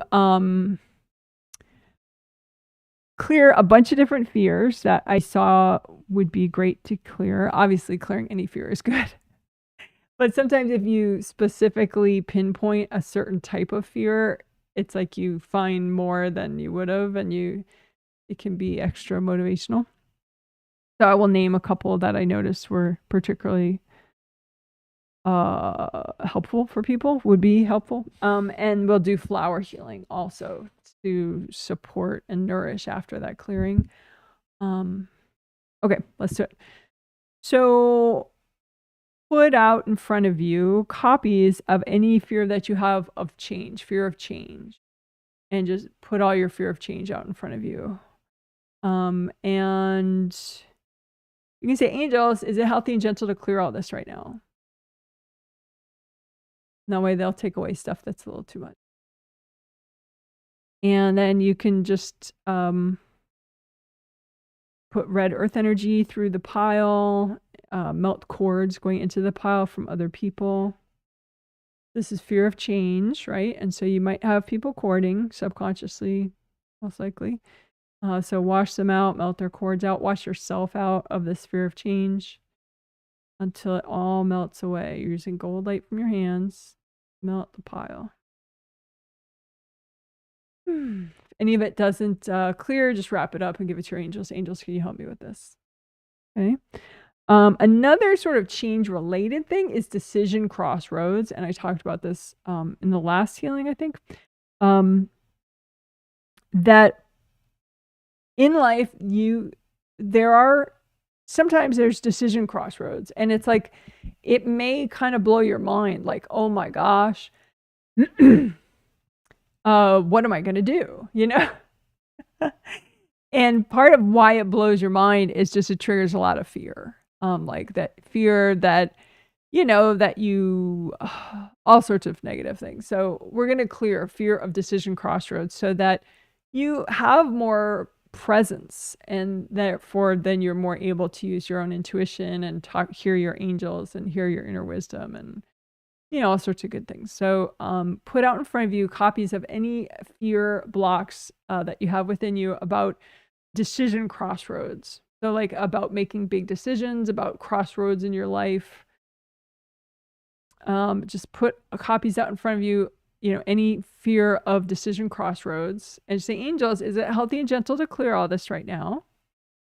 Take a deep breath while your angels double check your piles. So then anything still there is a yes. It's healthy and gentle to clear right now. So wash everybody out of the piles. You could say too, angels, if there are any invasive beings hooked into this junk, can you recycle them? Deep breath while your angels do that.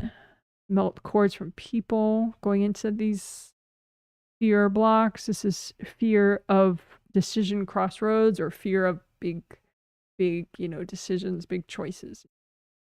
Right? So just melt everybody out, melt yourself out too of this baggage so that it just more and more and more of it melts away. Or you could just blow it up completely. So then if there's any part of that didn't fully destroy or melt, just wrap it up in gold light, give it to your angels. Say, angels, can you help me with this?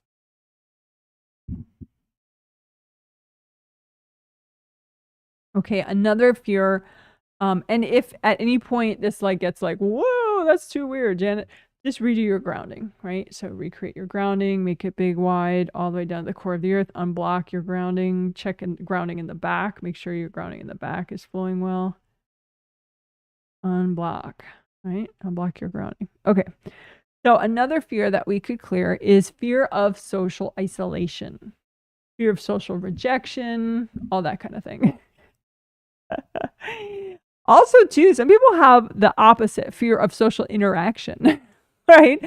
Fear of having people in your space. So they don't want to interact with people. Some people, they're afraid of interacting with people, and some people have both. So it's like, they feel like they're damned if they do, they're damned if they don't. Yeah. So we put out in front of you all your fear of, any social interaction fear. So it could be fear of lack of social interaction, fear of social abandonment, fear of, having people in your space, all that good stuff. All that delightful stuff. I say, angels, is it healthy and gentle to clear all this right now? So then your angels will double check. Take a deep breath while they do that. So then anything that's still there is a yes. Yes, this is healthy and gentle to clear right now. So life will be better if you clear it. Your life. So go ahead and wash everybody out. Melt their cords out of these piles. Again, this is all sorts of social fears. Fear of too much interaction, fear of not enough interaction, fear of rejection, yada, yada, yada, yada, yada, yada. Right? So wash everybody out of these piles. Wash yourself out of the piles. Melt cords going into the piles. And just keep using gold light so they fully melt, or you could just blow them up. Anything left over, wrap it up, give it to your angels. Angels, here you go. All right. And a specific social fear that I wanted to highlight, that I haven't yet highlighted, is fear of anger. So it's related. But you could be afraid of your own anger. You know, anger is a natural part of human emotion. Repressed anger, though, can be very intense and inconvenient because it can cause you to, you know, blow up at people times when you didn't want to and you get yourself into trouble. So, yeah, you don't want big stockpiles of repressed anger, but just regular centered anger, you know, it can be very manageable, and you can just, it can, you know, be something that you, that's not a problem. You know, you're not a bad person to feel anger. You know, sometimes as you're coming to terms with a situation, you know, anger is a healthy emotion. You know, if it's not repressed, if it's just like a mindful, healthy anger, it doesn't get in the way. You know, it doesn't make you make foolish choices or anything, you know, or get you into trouble. So, let's clear the fear of your anger and also fear of other people's anger, that you may have. So put out in front of you any fear of anger that you have. Fear of anger, fear of anger, fear of anger. Right? And that could be fear of your own anger, fear of other people's anger, and it can be from past lives too. So don't worry about when it's from. And just say, angels, is this healthy and gentle to clear all this right now? And that way your angels can check it for you.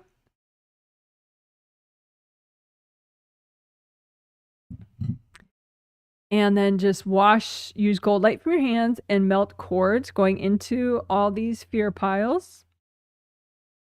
Melt cords and wash everybody out of these energy blocks. You could have a lot of people sitting in your fear.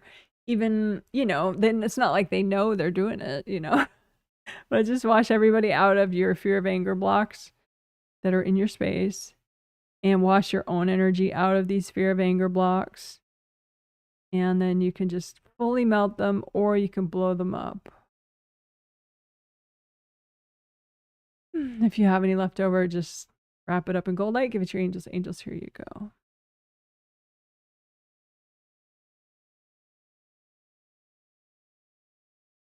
So now the flower healing part. Flower healing. Yay, yay, yay.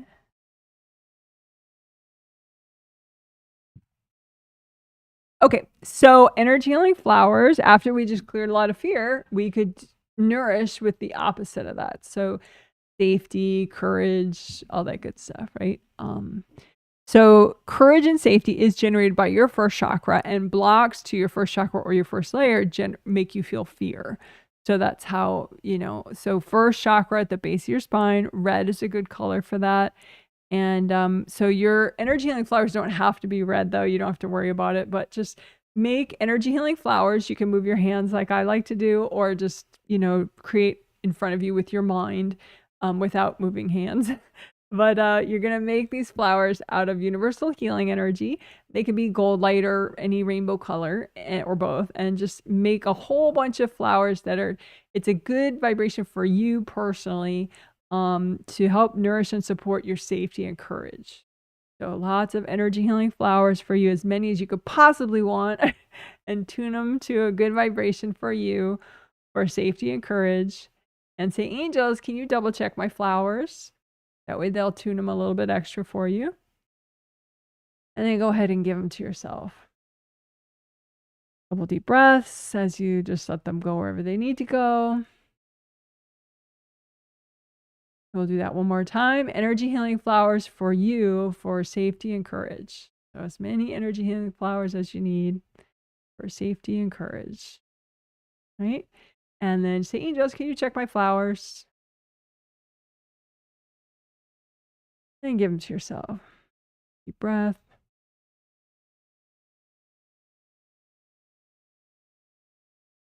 All right, good job.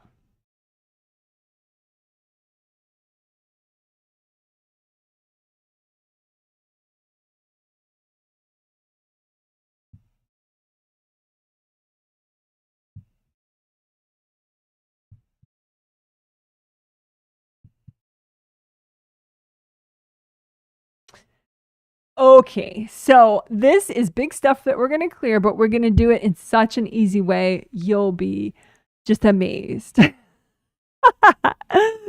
So it's, the healthy and gentle amount that we're going to clear, and we're going to have the angels check and give you good angel storage for all the stuff that's too much to clear right now. So it'll be better than it was before. All right. So first we'll do abuse energy. So abuse energy, it's just leftover blocked energy from the shittiest days that you've ever had. That's all.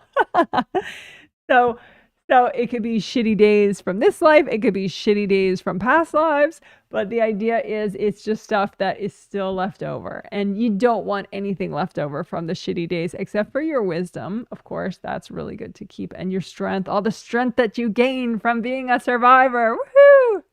Right? So keep the wisdom and the strength, obviously. But the abuse baggage is just bringing you down and weakening you. And there's no point to that, right? So put all that abuse energy out in front of you. As much as you can. Get it all out there. It could be way out in front of you so you don't feel it if you're nervous about that part. And then sort it into piles. One side is healthy and gentle to clear right now. The other side is everything else that's not healthy and gentle to clear right now. All right. And you can say, angels, can you double check my sorting so that this is healthy and gentle and this is too much for right now? So that way they'll resort some piles if needed. Right? And then you can say, angels, can you give me really good angel storage for everything that's not healthy and gentle to clear right now? And just take some deep breaths while your angels do their angel magic and get rid of the stuff that's too much. Some of it will be stored within you, within your auras and chakras, but the angels will help. So it'll be the most optimal way to store it. And some of it, they'll just kind of whisk it away for now. All right. So now you're only left with healthy and gentle, right? The amount that's healthy and gentle to clear right now of your abuse baggage. So this you can clear in so many different ways. But first, we'll do two things to sort of mindfully clear it. One thing is to get the invasive beings out of it, because there can be some invasive beings making some drama by hooking into this baggage and triggering it now and then, right? So we don't want that. So say, angels, can you please recycle any invasive beings hooked into this abuse baggage? And just take some deep breaths while your angels get rid of the riffraff.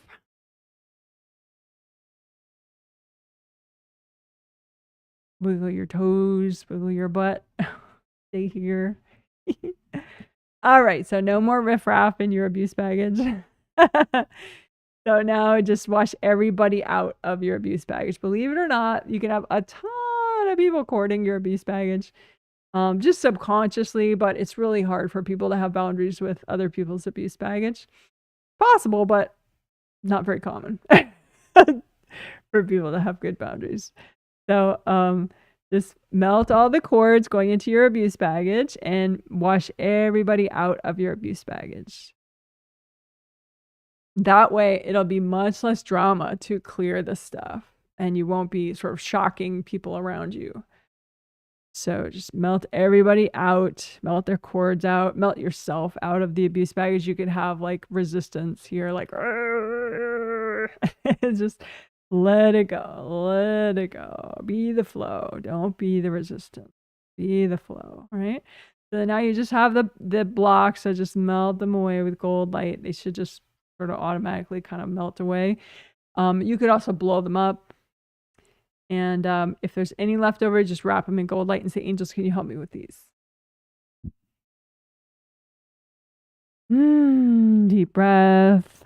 Pat yourself on the back. You are such a rock star. We'll give you some gold confetti. Rock star confetti. Yay, good job. So now let's reground for a second, and then we'll extra confetti.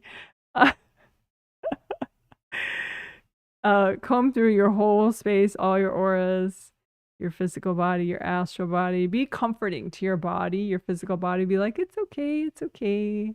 It's okay. It's okay. We're doing good things. And then comb through your groundings, unblock your groundings so they're nice and wide, wide all the way down to the core of the earth. And there's strong downward flow, even in the back. Use cold light from your hands, melt the blocks in your grounding. Melt everybody out of your grounding. Melt any cords going into your grounding from others. All right, so now we're going to clear grief. Grief, grief, grief, grief, grief, grief, grief. So what is grief? Grief is heavy. It's just from loss.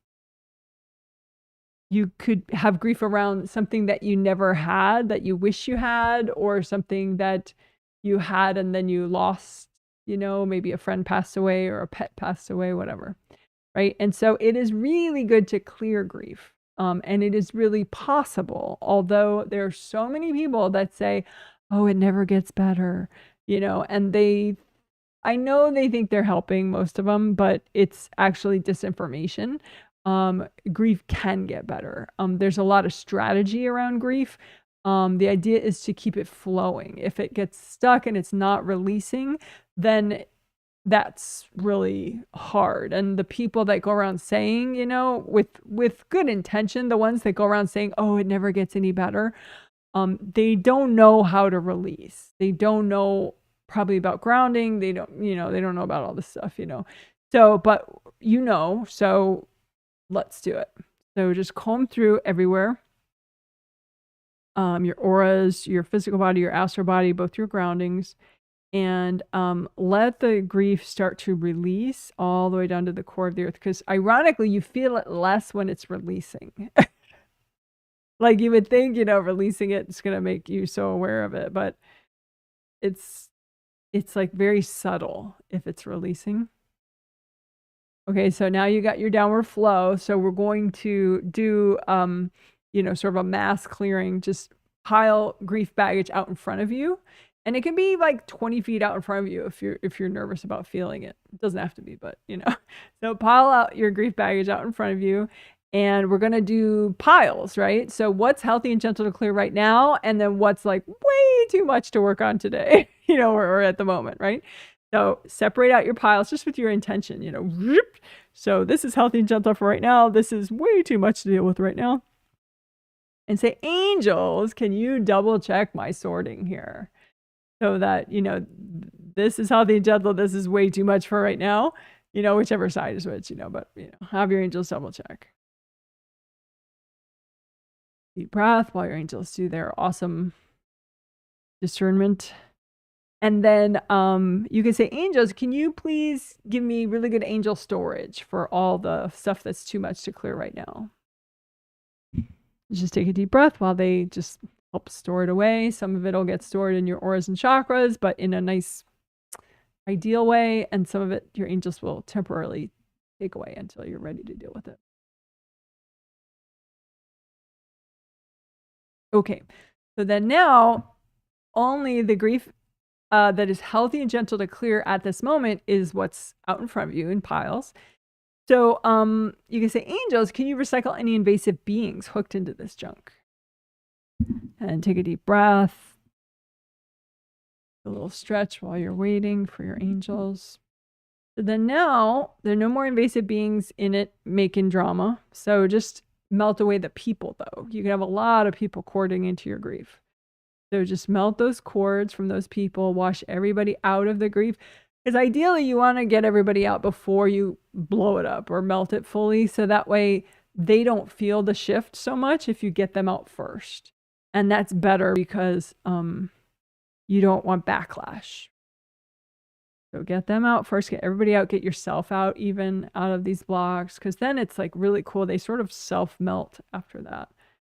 Yeah, they just really just fall apart and dissolve fully. Or you could blow them up your grief blocks, blow up your grief blocks. Okay, and if any haven't destroyed, just wrap them up in gold light and say, angels, can you help me with these? All right, and we'll clear STEBs also right now.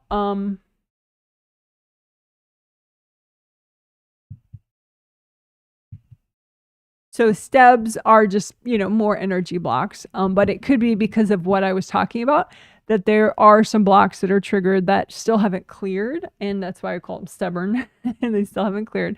But it's usually just cords. That is why they haven't cleared yet. So put out in front of you any stubborn triggered energy blocks, any energy blocks that are big that haven't cleared for whatever reason. And the angels, can you recycle any invasive beings hooked into this chunk?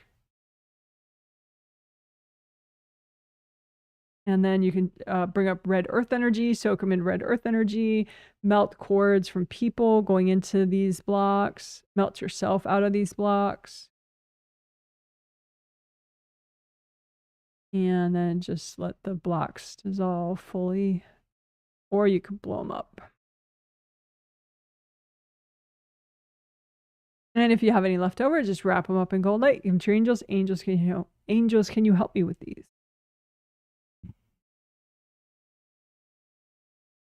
All right, good job.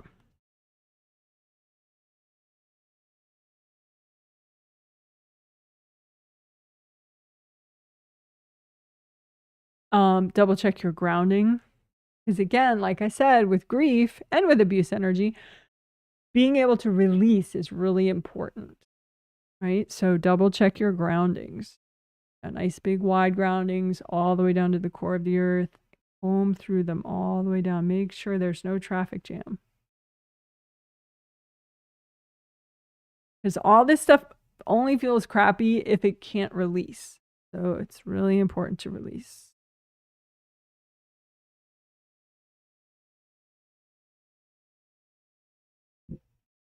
So if suddenly at some point you get triggered with grief or you get triggered with abuse energy, for whatever reason, maybe you're watching some show or something that's, triggering and you didn't realize. Obviously you can turn off the show, temporarily if you want, or fast forward. But, as far as you, come back, get your grounding going, you can melt the blocks, right? Have the angels get the beings out of the blocks, melt the blocks away. You can clear your triggers. You can, come back here, come back to the present. Don't be in a past loop of the abuse, right? Just come back here, clear the blocks, get your grounding back, and you're good to go, right? Good job, good job, good job. Do some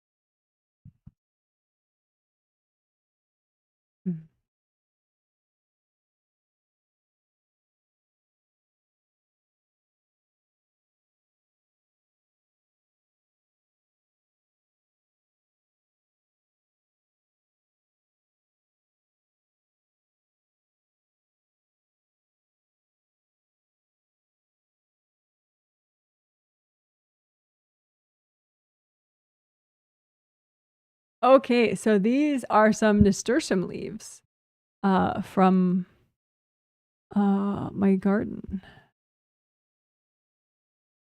Not a current photo. It's like a year or two old. But you can see some ladybugs on there, at least one. Right up there's a ladybug. But anyway, so mind, I was talking about how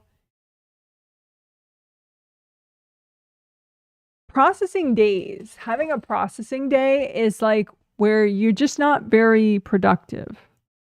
Like you just need to be and not do much. Processing days can be pretty inconvenient though if you have like multiple of them or if it comes at a particularly busy time for you that you're having a processing day. So the idea of a processing day is you're kind of working on stuff, subconsciously, and maybe your physical body's adjusting to an energy shift, or there's just something where you just need a minute, and so I had talked about how it's a bit like feeling like your mind is blown, but not in like a destroyed kind of a way, but your mind just needs to be on pause for a second. Maybe a few hours, maybe a day, hopefully not longer than that. But so it's okay to have processing days, and it is not necessarily anything that you're doing wrong. So I do want to say that, because I think sometimes productivity is so highly valued that it can feel like a failure if you're having a processing day.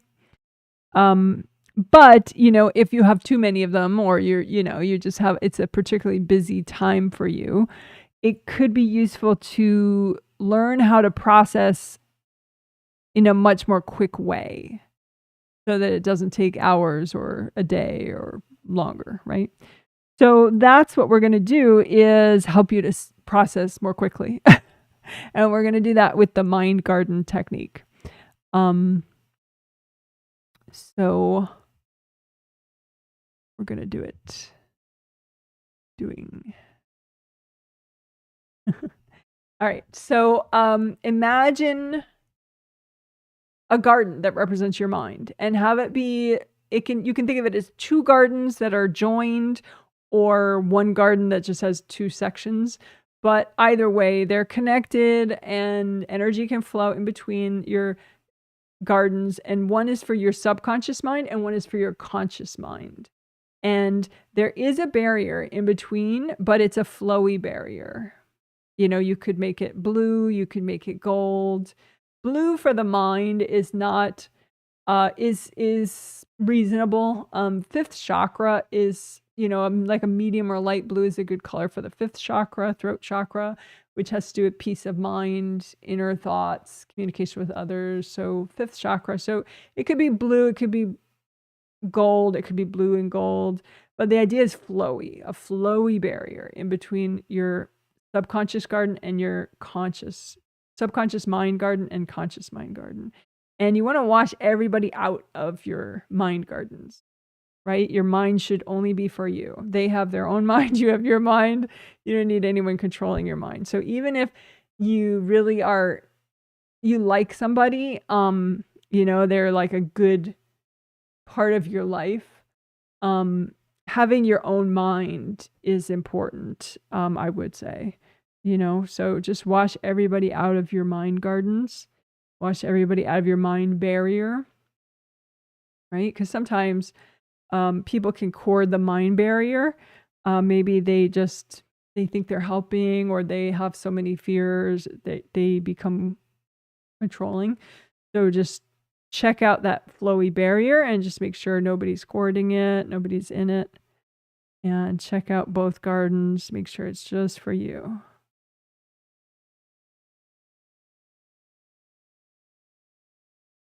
And it could be that, in one corner, somebody has like a little chair or something, a little spot for them to be in your mind. And that's not a good thing, I would suggest. So, wash away their secret door, melt them out of the way, you know, melt them out of your garden, you know, dissolve their little chair. You know, you can have a chair if it's just for you in your garden, sure. Right? But no chairs for anybody else, I would suggest. There are fun astral locations that the angels can find for you to chit chat with people you care about, of course. But in your mind gardens, that's different. That's just for you. So we were talking about helping you to process more quickly, right? And so you can look for blocks within your mind gardens or within your mind barrier that are slowing down your processing, that are contributing to you having that sort of mind blown, I need a processing day kind of feeling, right? So maybe these objects or these blocks look like big boulders. You can melt them away with gold light, or maybe, you know, maybe it just looks like a couple white clouds in your gardens. You can say, angels, can you recycle these invasive beings? Because the white clouds could be invasive beings. Could be just a person. If it's a person, it's probably a pretty high-strung person that shows up as a white. But a lot of times it's invasive beings. So you can ask your angels to recycle the invasive beings. That's never a bad thing. But then if it's still there, it could be a person. So just keep melting them out.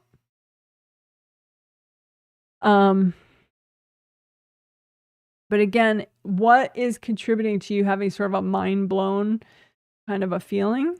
And just look for those blocks. It could just look like big stones.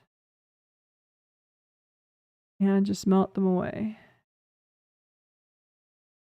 And just notice, how does your mind feel? How are your thoughts, you know, as you're doing this?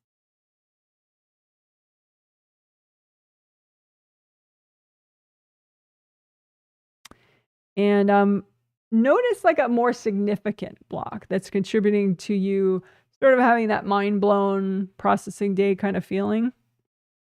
Or just, you know, impeding your productivity or affecting your quality of sleep, you know, if you don't have the mind blown sort of feeling. And find those blocks, more significant blocks, and just say, angels, can you recycle any invasive beings hooked into this junk? And then melt the people out. You can say too, angels, are these healthy and gentle to clear right now? If they're not, your angels will just sort of remove them from your awareness. And then just go ahead and melt all these blocks that are contributing to your delayed processing. That are just sort of making your mind all gloopy. Gloopy loopy. All right. So just now notice your mind gardens and see if they're, you know, you can look at like a mind garden version before you did all that and a mind garden version now and see if you notice any difference.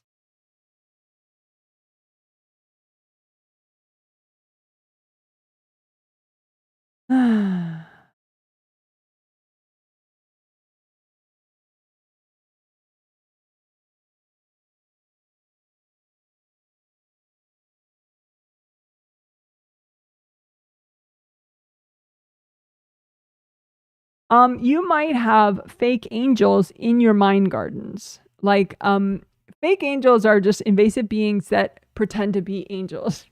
And so actual angels won't be in your mind gardens. They're not, actual angels are not invasive.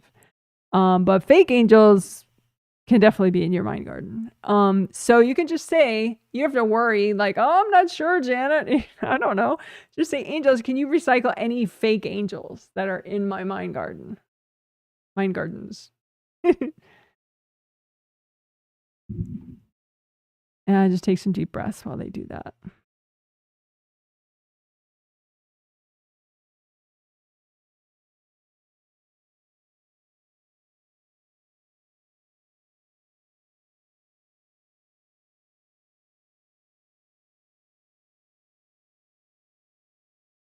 Also, contributing to your feeling sort of foggy or less mentally sharp can be just advice from other people sitting in your mind gardens. There is a way to give people advice that's very clean, but half the time people don't do it that way, and they're like, oh, you should do this, and they just sort of hand this energy to the person, in their space, and then it could be sitting there in your mind garden causing you to feel kind of fuzzy, So you can imagine, any advice from other people that's like their life force sitting in your mind gardens. So advice, stacks of advice, from other people, and just melt it away. You can melt cords to those people first, and then melt their advice out of your mind gardens. You can even say, if you have a person in mind, but you really like them, you can say, thanks so much for your support, as you're doing it, so that the overall effect is not like a rejection. You're just, clearing out your mind, but you still appreciate them,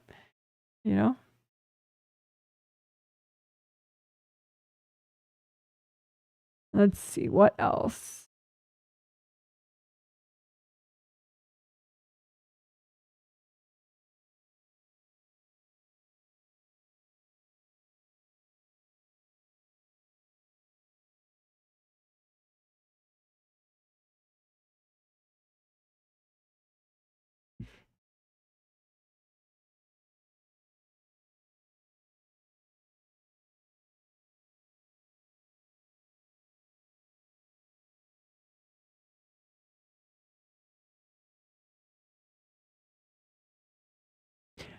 So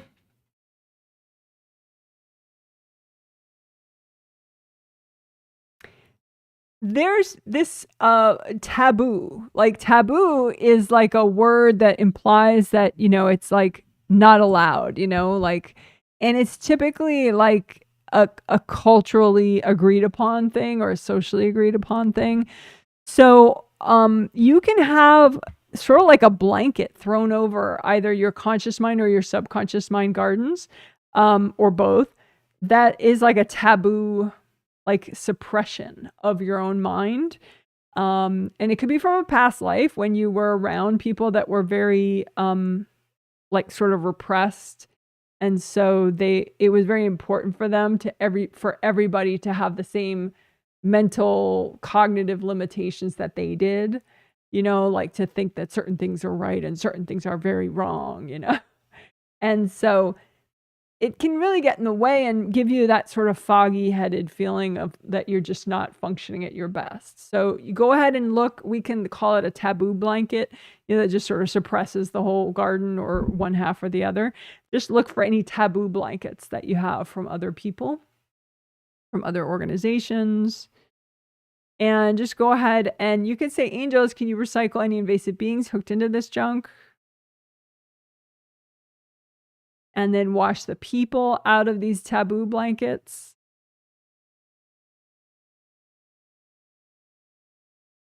Melt cords, wash everybody's energy out, wash your energy out of these taboo blankets. And just let them melt fully. You can burn them up with gold light. And if any of them are still left over, you can just wrap them up in lots of gold and give them to your angels. Angels, can you help me with these?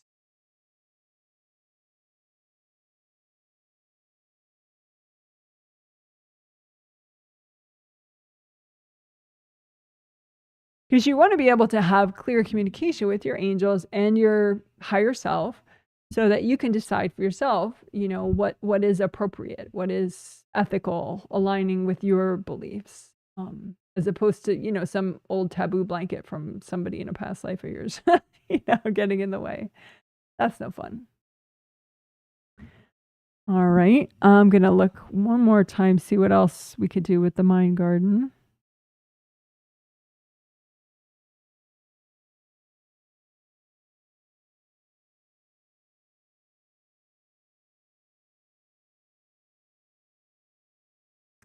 So one of the parts of the theme we're working is creative inspiration, right? And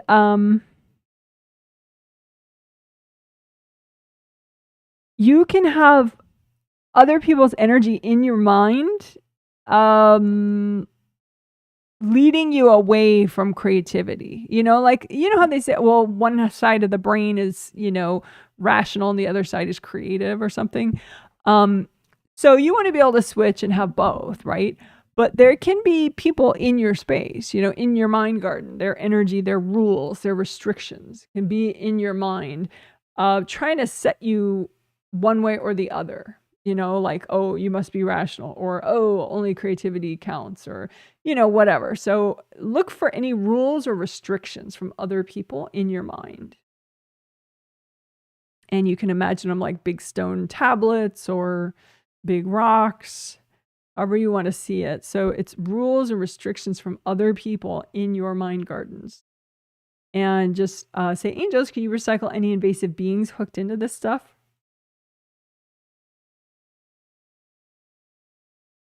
And then go ahead and use lots of gold light, melt cords from people going into all this, all these rules and restrictions, and wash everybody's energy out of these rules and restrictions. Wash your own energy out so that they just melt away. Or if you want, you can blow them up instead. Make sure they're all gone. And if anything's left over, just wrap it up in gold light. Give it to your angels. Angels, can you help me with this?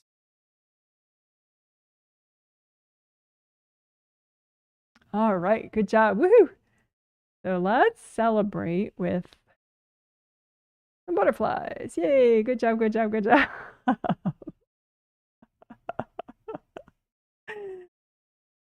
Oh, it's funny. The ladybug is almost as big as the butterflies. Okay, great job.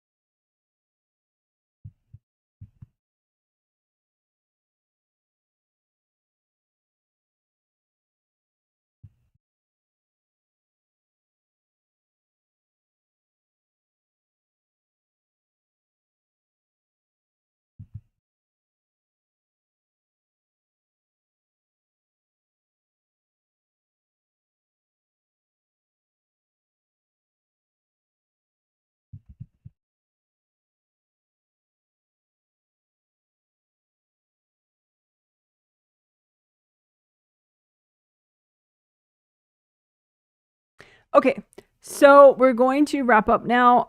We'll just, you know, comb through everything. So make a copy out in front of you of both your auras, both your astral body aura, your physical body aura, and your 15 Wei Qi auras. So all 17 auras out in front of you. Comb through them all. Comb through your groundings, your astral body and physical body groundings. Comb through your physical body and your astral body, which are within all those auras. Just release, release, release. Just let everything go down your grounding that you need to let go of.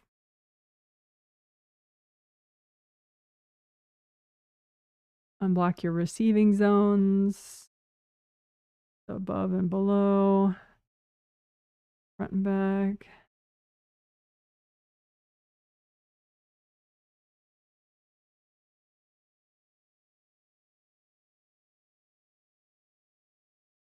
Empty USPs, unprocessed stress pots is what that stands for. So you can just imagine pots out in front of you that represent your sort of inner space to kind of put off some of your processing. And it's limited. You can only put it off so long. And so just check and catch up on processing. So check these unprocessed stress pots and go ahead and catch up on it by grounding all the unprocessed stress pots and running gold light through them and melting all the content. So you're catching up on all the processing, melt all this baggage with gold light.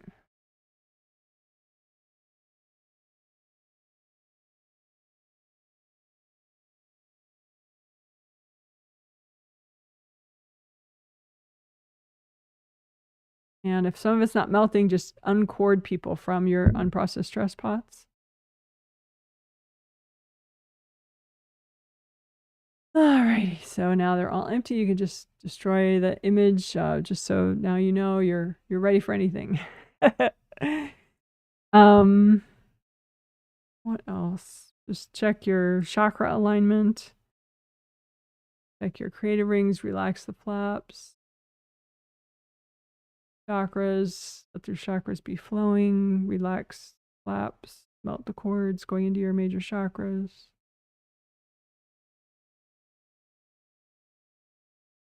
If you have any invasive beings anywhere messing with you, you could just freeze them and move them out. Angels, here you go. Freeze them, move them out. Angels, here you go. You could do sticky gold wax in your whole space to the extent that's healthy and gentle. You want everything that you can get rid of that's healthy and gentle to stick to the wax. Put it everywhere, including your grounding, and move out all the junk with the wax. Angels, here you go. So healthy and gentle. Sticky gold wax for your whole space. Remove what's healthy and gentle to get rid of. Give it to your angels. Angels, here you go. Double, redo your gold buffer zones. And as we wrap up, you can just say, angels, can you help me wrap up this healing?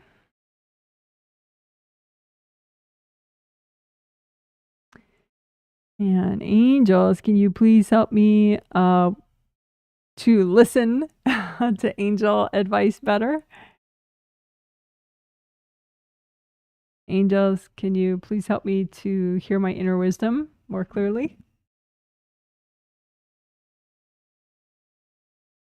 Angels, can you help me with my creative inspiration? Deep breath as you're doing this. Angels, can you help me with my self-care?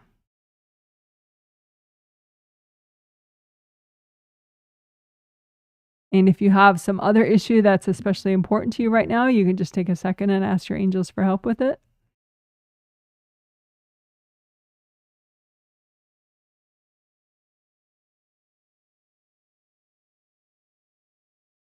All right, you're a rock star. Woo, woo, woo. Yay, good for you. How amazing. Woo, yay. Alrighty, let's see.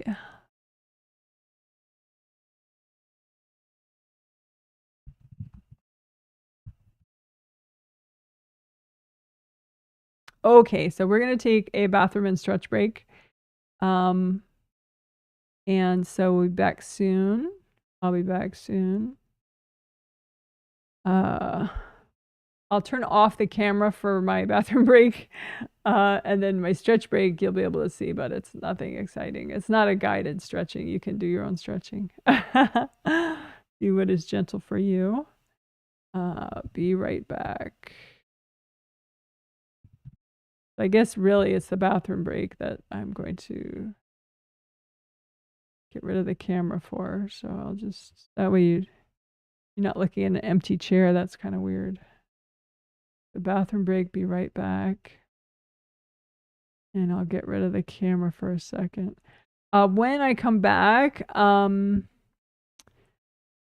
going to do 30 minutes of chat. So if you have any comments about the themes or something I said today, you can let me know how you're feeling after the healing. If you have an issue that you would like to work on, you could post your issue and your self-assessment about what's going on in your energy. So for example, like, oh, I haven't been able to sleep for 3 nights. That's my issue. My self-assessment is, I need to, do energy clearing for my house because my in-laws visited and they brought a lot of skanky energy with them and I didn't clean it out. I didn't get them angel clean outs before they visited or something. So that would be a self-assessment of the issue, that the fix is to get energy clearing for your house, like to do part of it and then have your angels do it. So have your issue, your self-assessment, and then if you want, and then I would double check your self-assessment as opposed to just, okay, Janet, tell me what to do. Like you tell yourself what to do, and if you need me to double check, post it, and I can do that. Okay, so that's that. We'll do that for 30 minutes once I'm done with stretching. But now I will get rid of the camera for the bathroom break. I'll be right back in a few minutes. There we go. It's just you and the ladybugs and the nasturtium now.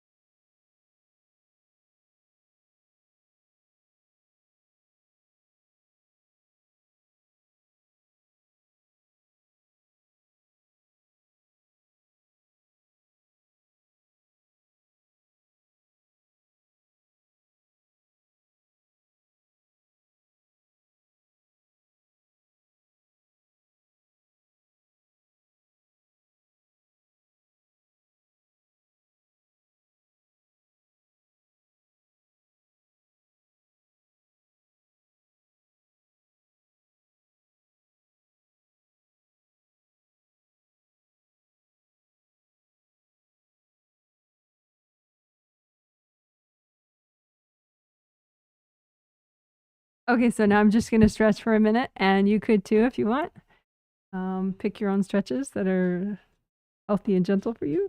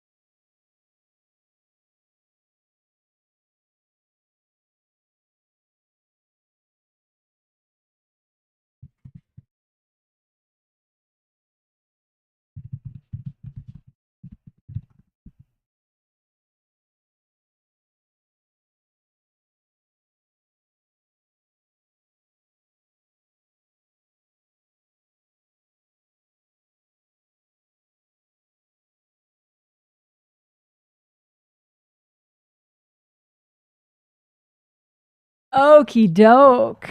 Thanks for your patience. I hope you enjoyed your break.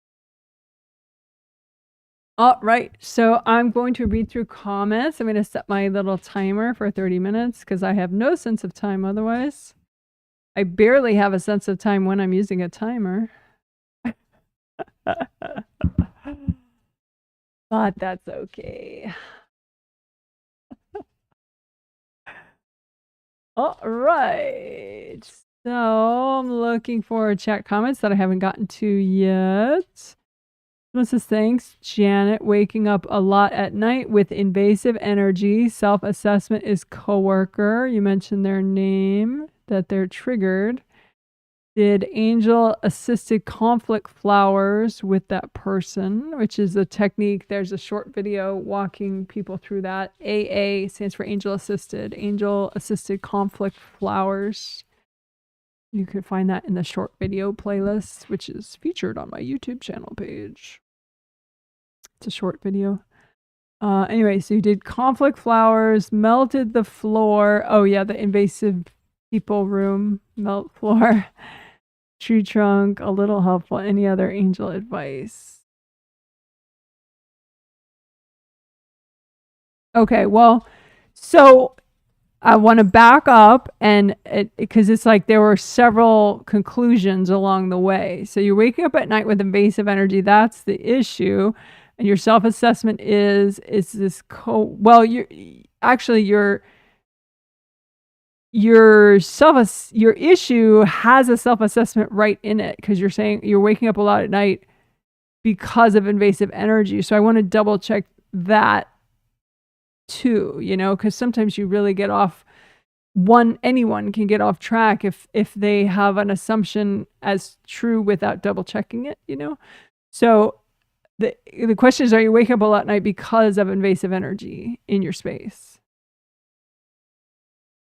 Angels say mostly, yeah. So okay, so that's an acceptable assumption. So we can add that to the issue. So you wake up at night largely due to invasive energy. So I would want to see if it's affecting your astral body or your physical body or both. Like what happens? Because when you wake up, your astral body comes back to your physical body. But that could be because something's bothering your physical body or something's bothering your astral body or both. So I would want to see which situation it is, you know, in order to see more detailed. So, okay, so you're sleeping. Okay, you go to sleep, right? Your astral body's in the astral. And then you're like, whoop, here I come. So, okay, right before the whoop, here I come, what happened? Your physical body got less grounded and more tense. Your astral body got, yeah, it happened both.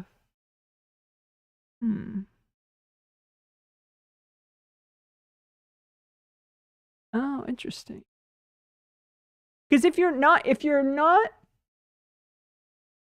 asleep, your astral body and your physical body are in different places, right? So how does somebody zap both of them simultaneously? Kind of interesting, right? So obviously I never recommend that anyone would do this. Karma is real, totally not worth screwing with people. But I think this person is cording your filaments, the chakra filaments, the good cords that you have between your astral body chakras and your physical body chakras, and that's how they're zapping both at the same time. So you're getting wax to your lower 3 chakras, 3, 2, and 1, astral and physical, all at once. So she's managing, she or he, whoever those initials are. And I do think your read is right on that's the person. They're cording your chakra filaments, 3, 2, and 1. That's interesting.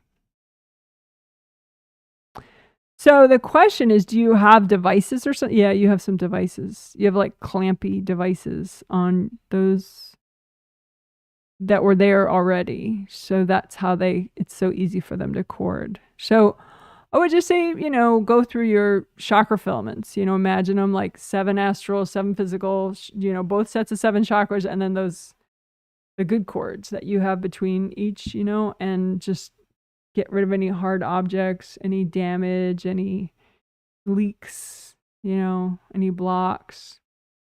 But especially as 3, 2, and 1. So your assessment, the conflict flowers, that's always a good idea. The melt floor, I guess so.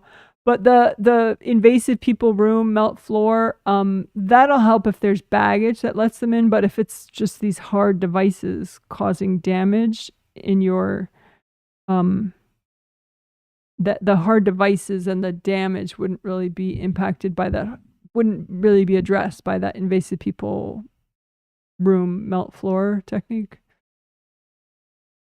Tree trunk, yeah, a little helpful, yeah.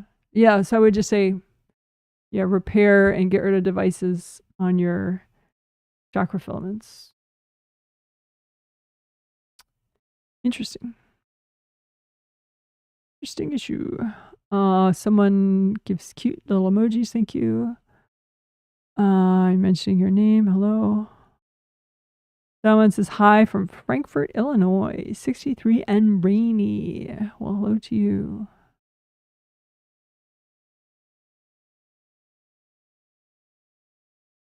Someone says, I will wash the grief out of my left foot. Awesome.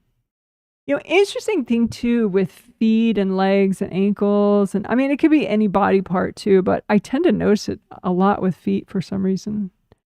I guess because like in past lives, people are more likely to be walking around like in the wilderness, in like forests and, fields and stuff. So it's like in the modern world, maybe people aren't, they're walking in like, cities or office buildings or houses, so it's like you're less likely to walk into something dangerous, but in a past life, it's like you can walk into like a bear trap, like one of those metal clampy bear trap things, or like, just some rock that you get you break your ankle on or twist your leg on or something. And so anyway, past life injuries to feet, legs, ankles, that kind of thing.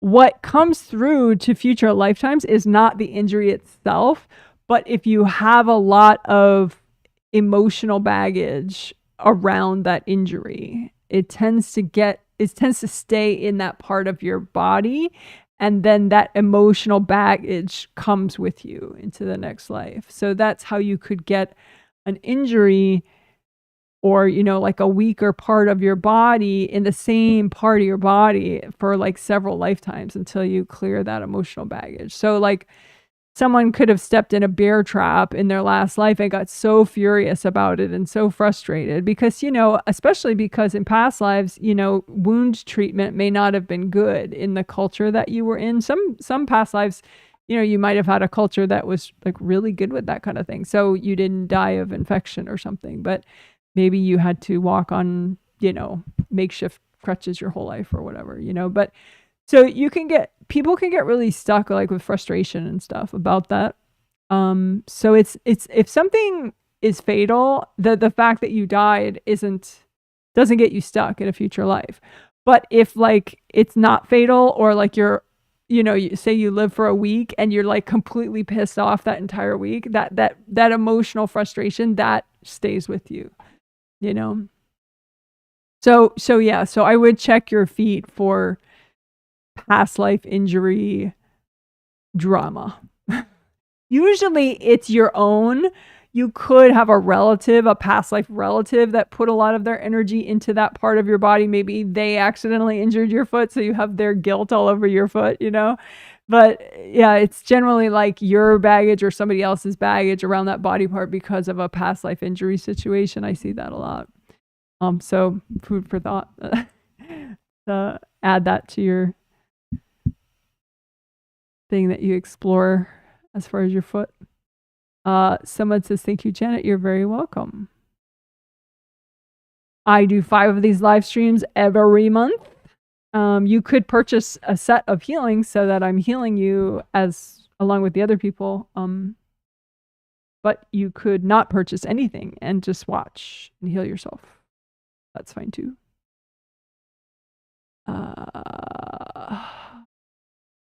More pretty emojis, thank you.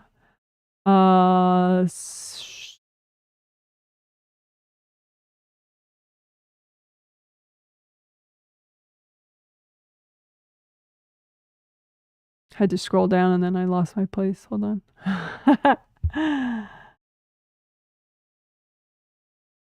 There we go. Okay.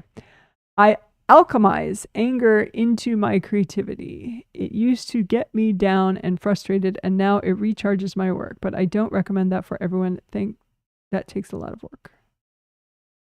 Okay.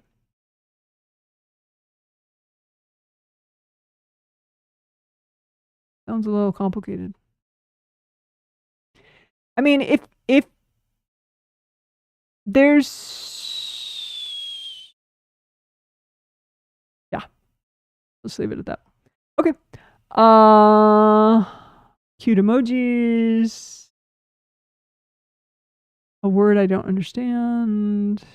And then had some crying grief days. It seemed to help. Crying grief days. Yeah, up to you. I mean, some people don't mind crying. I find it, I mean, I cry when I do cry, but if I'm crying a lot, then I would probably think of like, you know, am I releasing enough? You know, am I releasing, or is it getting bottled up? Is it getting like traffic jammed somewhere? You know, because ideally you want to get rid of the grief for good, right? You know, and sometimes if you're crying, I would want to like clear as much grief as I can, you know, get it out so that next time I have a grief event, you know, because generally grief is hard because there's all that stored grief from the other grief events. And so it all triggers all at once, which is why people say things like, well, it never gets any better, blah, blah, blah. Because they have grief from like a million different events from different lives in this life that they haven't cleared yet. So if you're clearing and it's releasing, then, you know, and you happen to be crying at the same time, like I wouldn't think of that as unhealthy, you know. But if you're just crying and it's just bottled up and, you know, you feel exhausted afterwards, then, you know, that's no fun, right? But you don't have to cry to clear grief. But, you know, sometimes it's a part of the whole thing, of course. This is, thank you, Janet. I feel mellow, but a bit triggered. Just spent some time around my mom, and I believe she's creating some blocks in my first layer from first layer front left, and is sitting in the front of my CV way chi aura. Yes, that's accurate. Very accurate. Cool. Yeah. Part of those fears, clearing fear of social isolation and clearing fear of anger, your own anger and other people's anger. I think you could repeat that. Just like, because sometimes with people, if they're ignoring you or they're not being that social with you, that may be actually progress, you know? So you could look at, you know, what fears trigger between you and your mom. You know, what of your fears get triggered? You can look at what fears of hers are triggered just because it's interesting, but you can make sure you're not. Yeah, I would just say with your fears, you know, look at what fears of yours get triggered when your mom does certain various things, you know, and just keep clear fear. But yeah, that's a very accurate self-assessment. And I know you know how to clear her out of there, which is why you didn't bother typing that part. Someone says, aw, with flowers. Someone says, hi, Janet, been feeling more grounded this week. That's great. How did I do in the healing? I think I'm in 7-3 at least. So how did I do in the healing? It's an interesting question. I think that started because people pay for their loved ones. So there'll be somebody who's paying for like, you know, their best friend to get the healing and their son to get the healing, and neither their best friend nor their son are conscious of the healing. Like they say yes to it on a spirit level, but not consciously. And maybe like their son is like, you know, has serious emotional issues. And so they're trying to be extra cautious and be like, well, how did he do? Did he do okay? You know?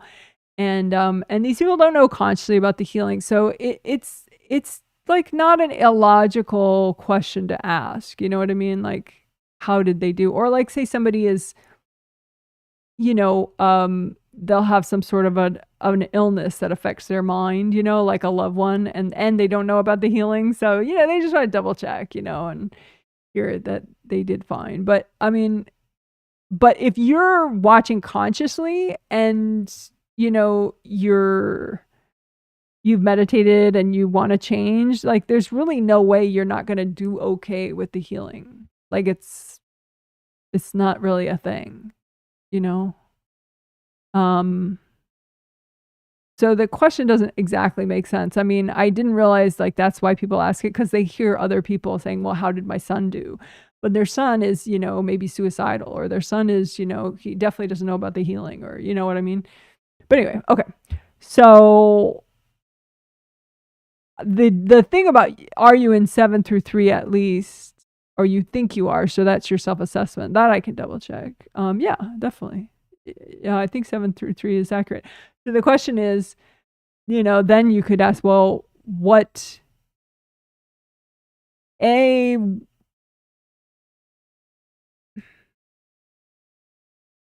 know, what can you do to get into your second as well? You know, that could be something that you look at.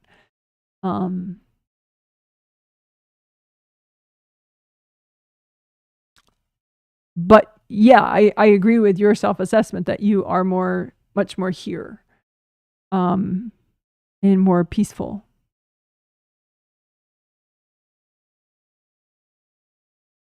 This week. That's cool.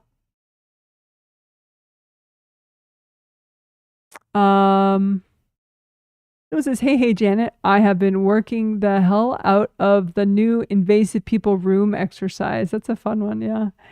It's, I think that video is only like 3 minutes. So that may make it extra fun, you know, cause it's like so quick. But that's good. Glad you like it. I'm in love. Yes. With that exercise, I think you mean. Am I imagining it, or has it always been that bad? It's always been that bad. You just sort of like, you have these times where you're like, la li la. And then you have other times where you're like, okay, I'm going to look at what I can improve. And you really do it. But the other times you're just like, never mind. But it's not like your never mind times, you're not actually perfect or anything. I think it's just that's your way of, you know, you just don't want to deal with it at the time, you know? So, but I think you kind of pretend like there's nothing you could do, or there's nothing that would really, really help if you did it. Because maybe you have guilt, so you always think you should work a lot, and you just, you know, on your energy, and you feel like sometimes you're just like tired of it, you know? But I think if you just own, I'm just tired of it. I don't care. I'm sure that there's 10 things I could do to make this day better, and I'm not going to do any of them. I think that would be more honest with yourself than to be like, oh, everything's great, you know? I don't need to meditate ever. Just own it, you know? Sometimes you just don't care. It's like, I think too, what you really crave is that mental simplicity, you know? So if you could work your space from that space of like peace and simplicity, I think then you wouldn't have to go through these time periods where you care and then you don't care, and you care and you don't care, you know, about working your energy. If you just kept like that serenity and self-love vibe regardless, you know, like because I think part of why you put aside working your energy for such long periods, and your angels are like, oh my God, when is he going to snap out of that? Is it's like this idea of fun, and that when you work your energy, you tend to like almost like have like a boot camp vibe with it. You don't really do like a fun thing. So I think that's part of why it's so fun with this invasive room thing, because it's like you're maintaining that vibe of fun, and you're using it within your energy clearing. So I guess that's why it's extra good, because so I would just say, if you want, your energy clearing would probably have more longevity, and you wouldn't have to have a never mind period if you just keep it fun. You can do work, but you don't have to go all boot campy. You can just keep that joy. Keep your joy. Hope that makes sense. Alrighty, you're welcome for today's healing. But yes, it has always been that bad. But bad is a judgment, Okay. Thank you so much. Someone says, thank you so much. I really liked this healing. Oh, good. And I'm feeling this inner child happiness. Oh, isn't that nice? Yeah, I think that clearing abuse energy is really your jam. When clearing out advice from my mind garden, I had my hubby in mind, so I thanked him for his support before clearing him out. Yeah. He physically said, huh, to me, like I said something out loud. That's so cute. That was pretty funny and interesting. Yeah, that's funny. Yeah, telepathy within couples is very funny. Lorenzo, my husband and I have we usually have a lot of fun with that, because like, obviously, I'm a more conscious telepath than the average person. So he doesn't, of course, sometimes he has to say something out loud to get his point across. But there are a lot of times when he doesn't say anything out loud. And I'm like, I know. And he's like, what? I didn't say anything. And I'm like, yeah, you didn't have to. Like, it's just, I can tell with the telepathy, and it's just funny, we just have fun with that. But yeah, it's fun to, to be able to be aware of what people are saying with their thoughts. Oh, that's fun that your husband's getting to be more of a conscious telepath. But then, now, you can't like, you don't do it these days, but you used to, sort of yell insults at him telepathically. So you really got to cut that out now that, he's a conscious telepath. Because he's going to be more aware of your hostility if you go into one of your telepathic hostile periods. So, but I think that clearing abuse energy stuff is really a great thing for you. Great thing for me too. But I'm glad you like the mind garden stuff. I love mind garden work. Mind garden is so cool.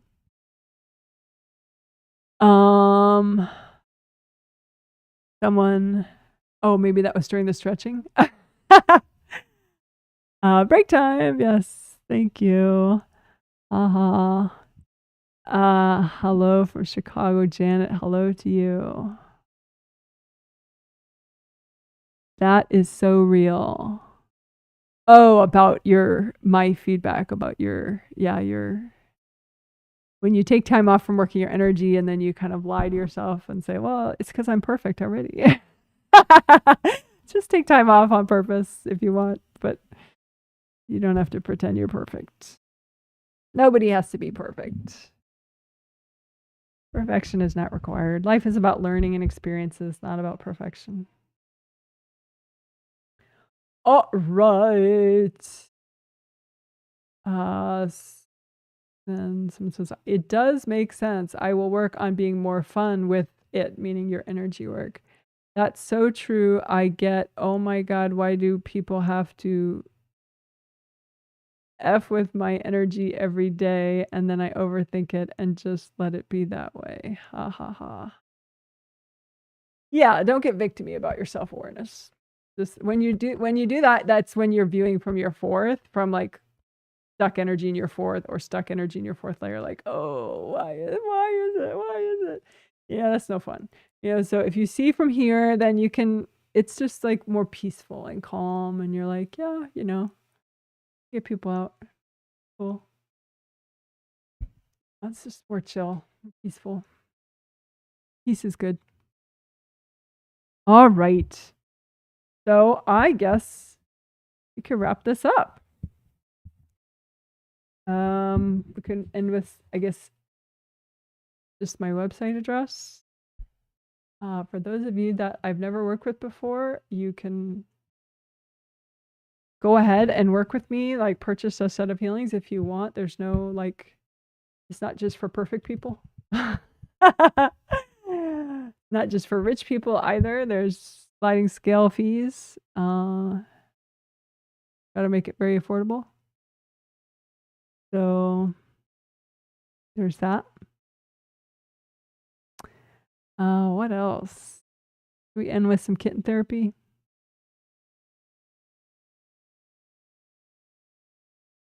Yeah, kittens. Oops.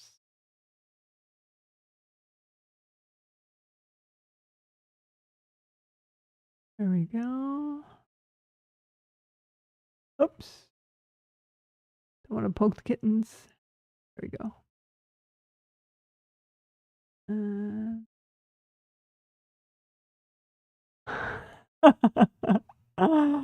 Here we go. How cute is that? Oh, so cute. Alrighty, guys. I do a garden update?